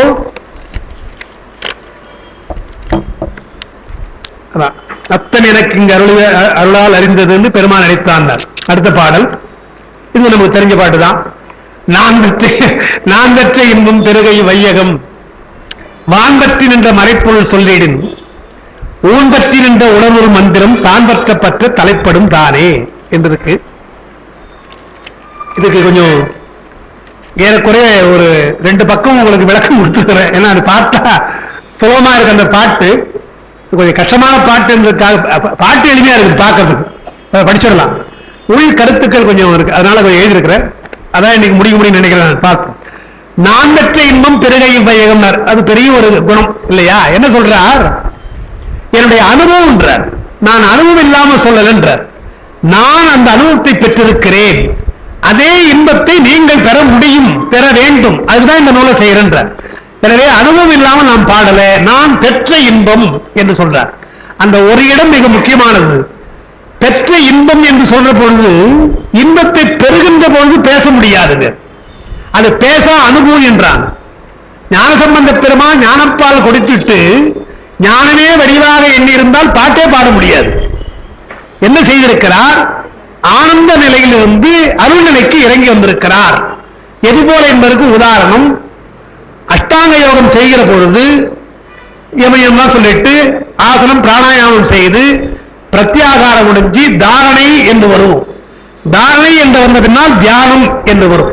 தியானத்திற்கு மேல் சமாதி. இது கொஞ்சம் கொஞ்சமா போகிறது, அது சீக்கிரம் வராது. தரித்தல் என்பது ஒரே பொருளாக எண்ணுதல், அதுதான் தாரணை. அங்கிருந்து தியானம், அந்த பொருளாக மாறுதல் என்பது தியானம். கலந்து போது சமாதி என்றார்கள். இப்ப மீண்டும் இறங்க வேண்டும் என்றால் சமாதியிலிருந்து இறங்க வேண்டும். எங்க வரணும், தியானத்துக்கு வரணும். தியானத்திலிருந்து தாரணைக்கு வரணும் இல்லையா. அப்ப பெரியவர் என்ன செய்திருக்கிறார்கள், தம்முடைய தியானத்திலிருந்து இறங்கி வந்து பாடுகிறார்கள். எப்படி இருந்தது என்றால், எங்கனும் இசைப்பேன் இவ்வாறு இருந்தது என்று எவ்வாறு ஒருவருக்கு இசைப்பதுவே கேட்கிறாரு. முடியாது, இருந்தாலும் நான் உறவு சொல்லுகிறேன். ஏன் இப்ப திருவாசகத்துல கறந்தவாள் கண்ணோடு நெய் கலந்தார் போல ஏன் சொல்லணும் இல்லையா, தித்திக்கும் தேனே மானே கரும்பின் தெளிவே என்றதான் ஏன் சொல்லணும் என்றால் வேற ஒன்றும் சொல்ல முடியாது. அதை அப்படிதான் சொல்லி அவன் உங்களுக்கு என்பதற்காக அந்த நமக்கு தெரிந்த அந்த இன்பத்தை எல்லாம் அவர் சொல்லுகிறார் என்று பார்க்கும். எனவே நான் பெற்ற இன்பம் என்பதை ஆழ்ந்த நிலையிலிருந்து இப்பொழுது அருள் நிலைக்கு வந்து நான் பாடுகிறேன் என்று சொன்னார். அது எப்படி, வான் பற்றி நின்ற மறைப்பொருள் சொல்லிடின் ஊன் பற்றி நின்ற உணர்வுறும் மந்திரம் தான் பற்ற தலைப்படும் தானே. வழி சொல்லிட்டார். இப்போ அந்த இன்பத்தை பெற வேண்டும் என்றால் என்ன செய்ய வேண்டும் என்றால் மந்திரங்களை சொல்ல வேண்டும். அதுதான், வேற ஒன்றும் இல்லை. ரொம்ப சுலபமா இருக்குதுன்னு சொல்லிடலாம். மந்திரம் சுலபமா சொல்லிடலாம், அது எப்படி சுலபமா சொல்ல முடியும் கேட்கிறார் பாருங்க. ஊன் பற்றி நின்ற உணர்வுறும் மந்திரம் நாரு, உயிரிலே இருக்கின்ற உணர்வோடு கலக்க வேண்டும் அந்த மந்திரம். சுந்தர சாதாரண பாடல, நற்றதா உண்மை நான் மறைக்கிலும் சொல்லும் நான் நமச்சிவாயவர் ஏன் சொன்னார் என்றால் உணர்விலே கலந்து போச்சு. உயிருக்கு அந்த கோமா ஸ்டேஜோடு போலாம், ஏதாவது எல்லாருடையும் போயிடலாம். ஆனால் நாக்கு சொல்லிக் கொண்டிருக்கும் இல்லையா அந்த பயிற்சி, அந்த உணர்வோடு கலக்குது, அதுதான் மந்திரம். அந்த நிலைக்கு நீங்கள் வந்தால்தான் இந்த நிலையை அடைய முடிகின்றார். முதல்ல மந்திரங்கள் சொல்வதால அல்ல, அந்த மனமது செம்மையானால் மந்திரம் ஜெபிக்க வேண்டாம் ஏன் சொல்றாங்க? மனசுக்கு செம்மைக்குதானே மந்திரம் படிக்கிறோம். மந்திரம் மனசுக்கு செம்மையாக படிச்சா என்ன அர்த்தம் என்று சொல்றாரு இல்லையா? அது போல ஊன் பற்றி நின்ற உணர்வரும் மந்திரம் அது எங்க வந்தது என்றால் வான் பற்றி நின்ற மறைப்பொருள். அந்த வான் என்பது ஆகாயம். உங்களுக்கு அதை எழுதல, அதாவது வான் பரவலில் எழுதியிருப்பேன். வான் பரவலில் எழுதியிருக்கிறேன். அதை எப்படி தெரிந்து கொள்ளணும்? வெளி என்றால் ஆகாயம், வெளி என்றால் ஆகாயம். இப்ப நாம பார்க்கிற ஆகாயம் ஒன்று, இதற்கு மேல் ஒரு ஆகாயம் என்று ஒன்று இருக்கிறது. அது மாயை, சைவ சித்தாந்த முறைப்படி மாயை. அதற்கு மேல் இருப்பதுதான் நமக்கு பரவெளி, அது அருள்வெளி. அப்போ இப்படி சொல்லலாம், இதை இருள்வெளி, அது மருள்வெளி, அது அருள்வெளி, அப்படி சொல்லலாம். பிரகிருதி மாயை என்று சொல்லுகின்ற ஊதாகாயம், நாம பார்க்கிற நிலம், நீர், தீ, காற்று, ஆகாயம் சொல்றோம் இல்லையா? இந்த ஆகாயம் என்று சொல்வதெல்லாம் நமக்கு இருக்கின்ற இந்த பூதாகாயம். இப்ப பார்க்கிற ஆகாயம் நம்ம கண்ணுக்கு தெரியாது, ஆகாயம் சொல்றது. அதற்கு மேல் இருப்பது மாயை என்கிறார். எல்லா பொருளும் தோன்றுவதற்காக இருக்கின்ற மாயை, அது பெரிய வியாபகமாக இருக்கிறது, அது ஒரு ஆகாயம். அதற்கு மேல் இருப்பதுதான் அருள்வெளி என்று சொல்லி, அது பரவெளி. அந்த வெளியில் தான் மந்திர சொற்கள் கேட்கும் என்று சொல்லி, அது பெருமான் நாத வடிவாக சொல்லுகிறான் என்று சொல்றார். நாத வடிவு என்றால் என்ன என்பதற்கு வேற ஒன்றும் இல்லை. வெளிப்படையாக சொல்லாமல் மனசிலேயே நினைக்கிற பொழுதே நமக்கு அது புரிந்து போகும், அந்த நிலை நமக்கு வரும். இப்ப சாதாரண மக்களே மைண்ட் ரீடிங் சொல்றாங்க, முகத்தை பார்த்தால தெரிஞ்சுக்கிறம்பா என்று சொல்றாங்க. இதுதான் நீ சொல்ல போறேன்னு தெரிஞ்சிருமா சொல்றோம் இல்லையா? அதுபோல நாதம் என்பது வெளிப்படுவதற்கு முன்னாலேயே அதை புரிந்து கொள்ளுகின்ற அருளாளர் இருக்கிறார்கள். அவர்களுக்கு பெருமான் நாத வடிவாக சொல்லுகிறான். அது அருள்வெளியிலே உள்ளது. அந்த அருள்வெளியிலே உள்ள அந்த சொற்களை முன்னே சொன்னது போல எழுதுமறையாக ஞானசம்பந்த பெருமான் தோடுடைய என்று வெளிப்படையாக எடுத்து சொன்னார் இல்லையா? அதுபோல மந்திரமாக நமக்கு புரியும்படியாக சொல்லியிருக்கிறார். இந்த மந்திரத்தை வைத்துக் கொண்டு நாம் பெருமானை அடையலாம். அதுதான் அடிப்படையாக இருக்கிறது. அப்ப பெருமானை அடைவதற்கு இந்த உலகப் பொருள்கள் எல்லாம் கிடையாது. இந்த உலகப் பொருள்கள் எல்லாம் நமக்கு சுத்த மாயை இல்லை, அசுத்த மாயை, குற்றம் உள்ள மாயை. இதெல்லாம் மாயா காரியங்கள் என்றால் சுலபமா சொல்லுகிறார்கள். பூமாலை சிறந்ததா பாமாலை சிறந்ததா என்றால் பாமாலை தான் சிறந்தது. ஏன் சிறந்தது என்றால் பூமாலை எல்லாம் அசுத்த மாயா காரியம், இந்த மண்ணிலே பிறப்பதெல்லாம். பா என்பது பாட்டு என்பது பெருமாடு அருள்வெளியிலே வருவதல்லவா? எனவே அதற்கு நிர்மால்யம் இல்லை. நீங்க சொல்லுகிற போது ஒரு புது பாட்டு வருது, அதே பாட்டு தான் தோளுடைய பண்ணா இவன் பாடுகிற போது புதுசா வருகிறது, நான் பாடும்போது புதுசா சொல்றோம். எனவே புதிய புதிய சொற்களாக வருவதாலே அந்த பாமாலை என்றும் புதிய புதிய பாமாலை தானே தவிர பழைய பாமாலை அல்ல. பூக்கள் அப்படி அல்ல, அது அசுத்தமாயா காரியம். உடம்பு நீங்க பார்க்கலாம், பூஜை பண்ற போதே சொல்லுவாங்க, நீங்க பார்த்தீங்கன்னா அதெல்லாம் நான் பார்த்திருக்கோம். சிவாச்சாரியம் பண்ற பொழுது ஏதாவது பூ போடணும்னு வச்சுங்களேன், பூ போடுவதற்கு முன்னாலே தண்ணி தெளிச்சுவாங்க. தண்ணி இப்படி தெளிச்சுட்டு இப்படி ஒரு மந்திரத்தை போட்டு அவரை எடுப்பாங்க. என்ன செய்யறாங்க அவங்க? இந்த பூக்கள் எல்லாம் அசுத்தமாயி, அது சந்தனமா இருக்கட்டும், பன்னீரா இருக்கட்டும், தேனா இருக்கட்டும், எதுவா இருந்தாலும் இங்க இருக்கின்ற அசுத்தமாயா காரியங்கள். இந்த அசுத்தமாயா காரியங்கள் சுத்தப்படுத்தும். சுத்தப்படுவதற்கு என்ன பண்ணணும்? இப்ப தேனை எப்படி சுத்தப்படுத்துறது இல்லையா? பூக்களையாவது தண்ணி தெளிச்சிடலாம். தேன் அதுக்காக என்ன சொல்றாங்க? மந்திரத்தினாலே சுத்தப்படுத்து. அதான் மந்திர சுத்திமா, மந்திரத்தினாலே சுத்தி செய்ய வேண்டும். அந்த மந்திரம் ஏன் எப்படி சுத்தப்படுத்த முடியும் என்றால், மந்திரம் என்பது சுத்தமாயே, சுத்தத்தினாலே அசுத்தத்தை நீக்கலாம் என்று தூய தண்ணீரினாலே அழுக்கு போவது போல தூய மாயினாலே இந்த அசுத்த மாயை பொருள்கள் எல்லாம் சுத்தமாயா பொருள்களாக மாறுகின்றன. அதற்கு துணையாக இருப்பது மந்திரம். எனவே என்ன செய்தாங்க? பூஜையில நீங்க போய் உட்கார போது, அது ஆன்மார்த்த பூஜையா இருந்தாலும் சரி, பரார்த்த பூஜையா இருந்தாலும் சரி, ஆன்மார்த்தமா உட்கார போது நம்ம உடம்பு தானே, இது நம்ம உடம்பு தான். ஆனால் பூத சுத்தி என்று முதல்ல சொல்றாங்க. பூத சுத்தி என்றால் பூதங்கள் அல்ல, அது நிலம் நீர் தீ காற்று அதெல்லாம் சுத்தப்படுத்துது. அந்த 5 பூதங்கள் கலப்பாகிறது நம்முடைய உடம்பு தானே. இந்த உடம்பை சுத்திப்படுத்தணும்னு அர்த்தம் இல்லையா? சார் நான் குடிச்சுட்டாலும் சார் வந்தேன் என்று கேட்கலாம். குடிச்சதெல்லாம் புறத்தூவி, ஆனால் பூதங்கள் உள்ளே இருக்கு இல்லையா? நிலம் நீர் தீ காற்று என்ற குணங்கள் இருக்கு இல்லையா? அந்த பூதங்களை சுத்திப்படுத்துவதற்கு மந்திரங்கள் தேவை. இந்த உடம்பை சுத்தப்படுத்துவதற்கே மந்திரங்கள் தேவை என்றால், சுத்தம் செய்வதற்கு தூயமான காரியம் இருக்கிற மந்திரங்கள் தான் தேவை. எனவே மந்திரத்தின் மூலமாகத்தான் பெருமானை அடைய முடியும். அதான் வான் பற்றி நின்ற மறைப்பொருள், அது ஊன் பற்றி நின்று உணர்வுறும் மந்திரம் உணர்விலே வந்தால் தான் பற்ற பற்ற அந்த மந்திரங்களை சொல்ல சொல்ல அது பேரின்பம் இருக்கு அல்லவா, அது தலைப்படும். நான் பெற்ற இன்பம் உங்களுக்கு தலைப்படும் என்று சொல்றார். அப்ப எவ்வளவு பெரிய உதவியை செய்திருக்கிறார் பாருங்க. திருமந்திரம் என்ற ஒரு அரிய நூலை செய்து அந்த மந்திரத்தை எல்லாம் நீங்கள் சொல்ல சொல்ல நான் பெற்ற இன்பத்தை நீங்கள் பெறலாம் என்ற ஒரு பெரும் கருணையோடு அவர் சொல்லியிருக்கிறார் பார்க்கிறோம். இங்க அந்த விஷயம் எழுதியிருப்பேன் உங்களுக்கு. இந்த இப்ப சொன்ன விஷயம் தான் எழுதியிருக்கிற மந்திர சொற்கள் எல்லாம் அருள் வெளியிலிருந்து வருபவை என்று சொல்லிட்டு அது ஒரு ஒரு பாட்டு சிவஞான சித்தியார் இருக்குது. அந்த பாட்டை சொல்லியிருக்கிறேன். அதாவது இறைவனுக்கு வடிவம் எல்லாம் எது என்று நேற்று கூட பார்த்தோம். நடராஜ வடிவத்தை பார்த்தோம் இல்லையா? நடராஜ வடிவத்தை பார்த்த போது பொதுவாக சிலையா பார்க்கும். முதல்ல சிலையா பார்க்கின்ற பொழுது அது செம்பினாலேயோ பொன்னினாலேயோ அல்லது கல்லினாலேயோ இருக்க வைத்துக் கொள்ளுங்க. அது எல்லாம் அசுத்தமாயை. எனவே அசுத்தமாயில பார்க்கணும் முதல்ல அந்த வடிவத்தை பார்க்கும். அதற்கு பின்னாலே அதை உள் பொருளாக நாம் பார்க்கிறோம். உள் பொருளாக பார்க்கிற பொழுது சொல்லும் பொருளுமாக நாம் பார்க்கிறோம். பொருள் என்றால் சொல்லுதான் இல்லையா? தோற்றம் துடி, படைப்பு என்றால் அது துடியிலே, சாத்தியிடும் அங்கியிலே சங்காரம் என்று சொல்லும் பொருளுமாக பார்க்கிறோம். முதல்ல பொருளாக அசுத்தமாய பார்த்துட்டு சொல்லும் பொருளுமாக பார்க்கிறோம். சொல்லும் பொருளுமாக பார்த்து விட்டு அதற்கு மேற்பட்டு சொல்லையெல்லாம் கடந்து பொருளையெல்லாம் கடந்து மந்திரமாக பார்க்கிறோம். மந்திரமாக பார்க்கிற பொழுது 5 எழுத்தெல்லாம் பார்க்கிறோம். நமசிவாய் என்ற 5 எழுத்தாலாம் பார்க்கிறோம். அப்போ பொருள் போய்விட்டது, சொல் போய்விட்டது, எழுத்தாக பார்க்கிறோம் என்று சொன்னோம் இல்லையா? அதுதான் இங்க சொல்றார். என்னன்னா எது சிறந்த வடிவம் பெருமானுக்கு நேற்று சொன்ன உங்களுக்கு ஞாபகம் இருக்கலாம். அதாவது இறைவனுக்குள்ள வடிவத்தில் மந்திரம் தூள வடிவம், நம்முடைய ஆன்மாக்கள் எல்லாம் சூக்கும வடிவம், என்னுடைய அருள் சக்தி இருக்கு இல்லையா? அருள் சக்தி அது அதிசூக்கும வடிவம் என்று நான் சொன்னேன். அது எங்க மந்திரம். அப்போ உலகத்துல மந்திரம், பதம், வண்ணம் 3. மந்திரம் என்றால் வாக்கியம், பெரிய சொல் தொடர், சென்டென்ஸ். அது பதம் என்றால் சொல், வண்ணம் என்றால் எழுத்து. இந்த 3 சொல் தொடராக பார்த்து, சொல்லாக பார்த்து, எழுத்தா பார்க்கணும். நீங்க பார்க்கணும், மொழியை கற்றுக்கொள்ற பொழுது எழுத்தை கற்றுக்கொண்டு சொல்லை கற்றுக்கொண்டு சொல் தொடரை கற்றுக்கொள்ளும். இப்ப நமக்கு வேண்டான்ட்டோம், கல்வியே வேண்டாம்ப்பா, எனக்கு கற்பனவும் இனி அமையும், கல்வி என்னும் பல்கடல் பிழைத்தும், எனக்கு கல்வி எல்லாம் வேண்டாம். சரி வேண்டாமா, இல்ல நீ கொடுத்துரு. எப்படி கொடுக்கணும்? சொல் தொடரா அதை கொடுத்துரு முதல்ல, அப்ப சொல்ல கொடுத்துரு, அப்புறம் எழுத்துக்கு வா என்று எழுத்திலிருந்து தொடருக்கு போனோம். தொடரிலிருந்து இப்போது சொல் வந்து எழுத்துக்கு வரும். அப்ப எழுத்தாக வருகிறோம் என்று பார்க்கிறோம் இல்லையா?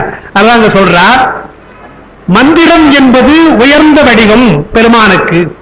மந்திரம் அத்துவாவின் மிகுத்து, அத்துவா என்றால் வழிமுறை, படிமுறை, மிகுத்து ஒரு வடிவமாக தந்தது என் அரணுக்கு.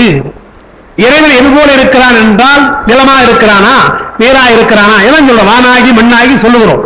எல்லாமாக இருந்தாலும் கூட மந்திரமாக இருக்கிறார் என்பது சிறந்ததாக சொல்லுவாங்க. மந்திர சொல்லாக இருக்கிறார் என்பது சிறந்த வடிவமாக சொல்றோம். அதை ஏன் சொல்லுகிறோம் என்றால் சகத்தினுக்கு உபாதானங்கள் பிந்து, மோகினி, மான் 3ஆம்.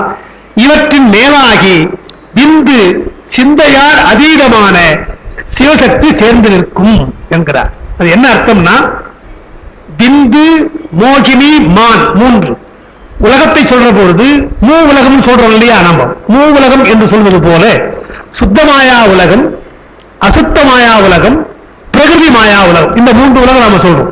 நாம இருப்பது பிரகிருதி மாயை. அந்த பிரகிருதி மாயைக்கு தான் மான் என்பது. அங்க மான் போடுறது பாருங்க, அது மான் என்பது பிரகிருதி.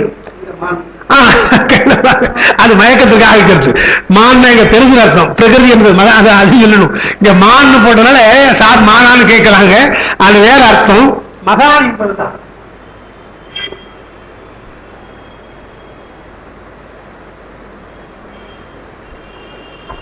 மகத் என்பதுதான் மானு. பிரகிருதி, பிரகிருதி என்பது பெரிய, மகத் என்பதுதான் மானு தமிழ்ல வரும். மகத். இந்த ஸ்ரீமான் சொல்றோம் இல்லையா? ஸ்ரீமத், ஸ்ரீமான், அது போலதான் மான். அது பிரகிருதி மாயை. அதற்கு மேல் இருப்பது அசுத்த மாயை. அதுதான் மோகினின்னு சொல்றோம், அசுத்த மாயை. இது எப்படி புரிஞ்சுக்கணும்னு சொன்னா, இப்ப நிலம், நீர், தீ, காற்று நமக்கு புரியுது. மெய்வாய், கண், மூக்கு நமக்கு தெரியுது இல்லையா? அறிவு தெரியுது, நடக்கிற கால், கை, காலம் நமக்கு தெரியும் இல்லையா? இதெல்லாம் அசுத்தமாயா காரியம், பிரகிருதி மாயை. அதற்கு மேற்பட்டு அசுத்தமாயா காரியம் என்றால் காலம், நேரம்.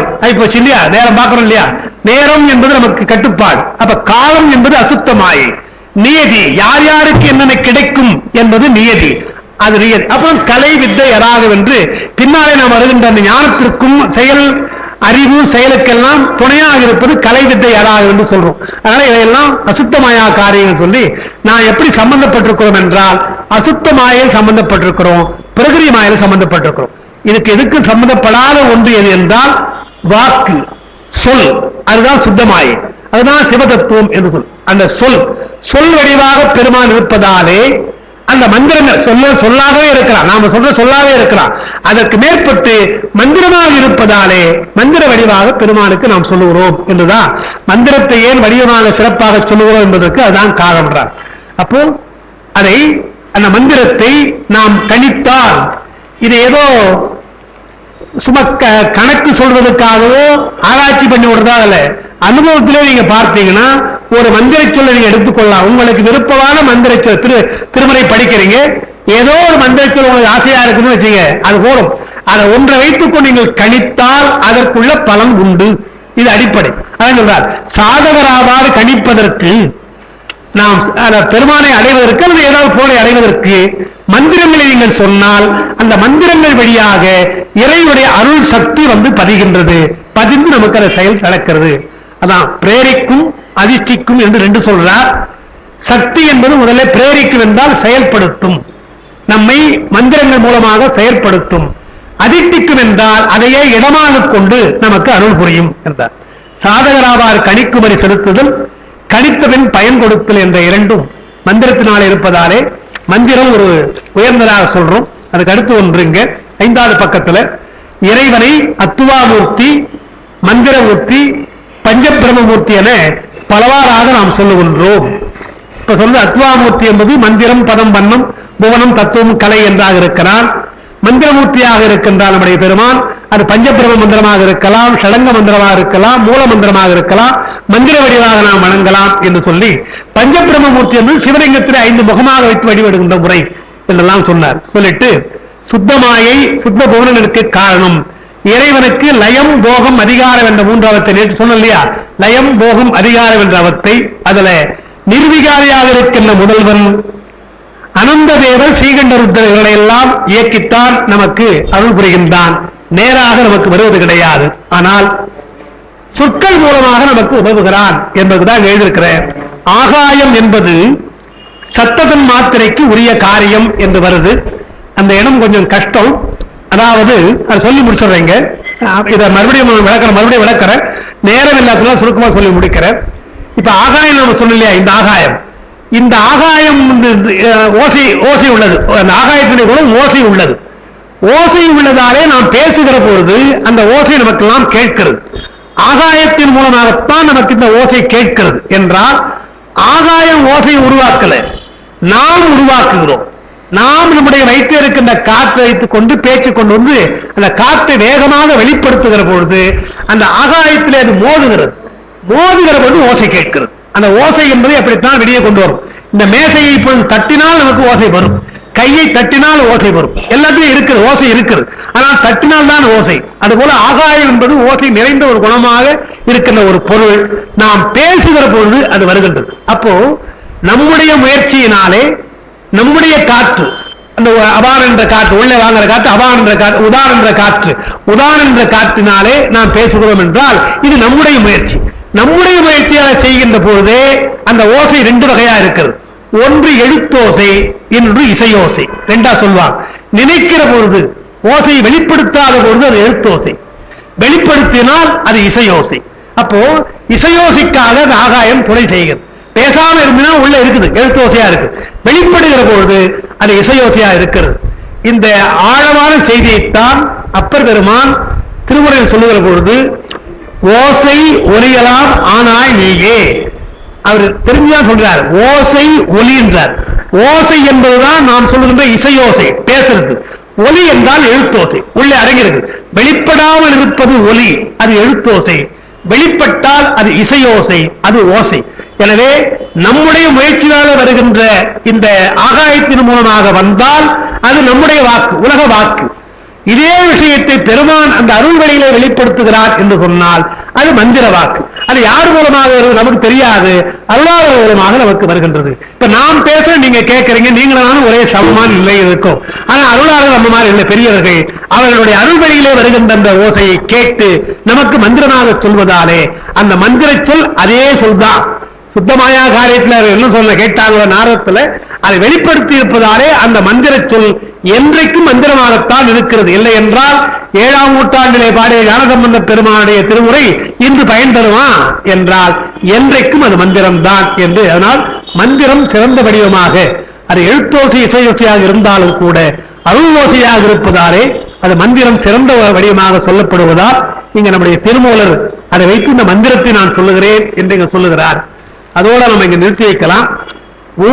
நான் பெற்ற இன்பம், அந்த இன்பத்தை பெற வேண்டும் என்றால் மந்திரம் தான்.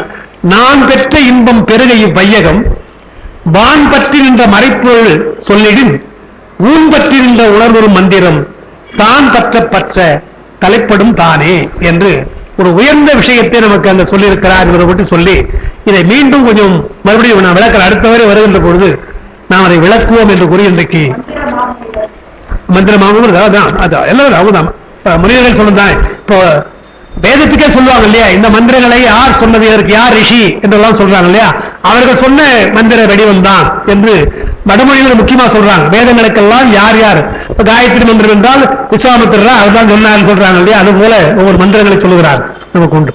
ஆனால் நம்முடைய மந்திரங்கள் தான் அருளாளர் நமக்கு சொல்லியிருக்கிறார்கள் என்று நாம் வைத்துக் திருமுறைகள் தான் நமக்கு அருளாளர் சொல்லியிருக்கிறார்கள் என்பதாலே திருமூலர் ஒரு உயர்ந்த மந்திரத்தை நமக்கு சொல்லியிருக்கிறார். அந்த நூலை நாம் சிந்திப்பதற்கு அருமையான வாய்ப்பை நமக்கு தருகின்ற ஞானப்பிரகாசம் இருக்கிறார். இந்த நேரத்திலே என்னுடைய சொந்த சார்பிலே மனமார்ந்த நன்றி கூறி இருந்து கேட்கின்ற பெருமக்களா உங்களுக்கெல்லாம் இந்த நேரத்திலே நான் நன்றி கூறி அமைகின்றேன். வணக்கம்.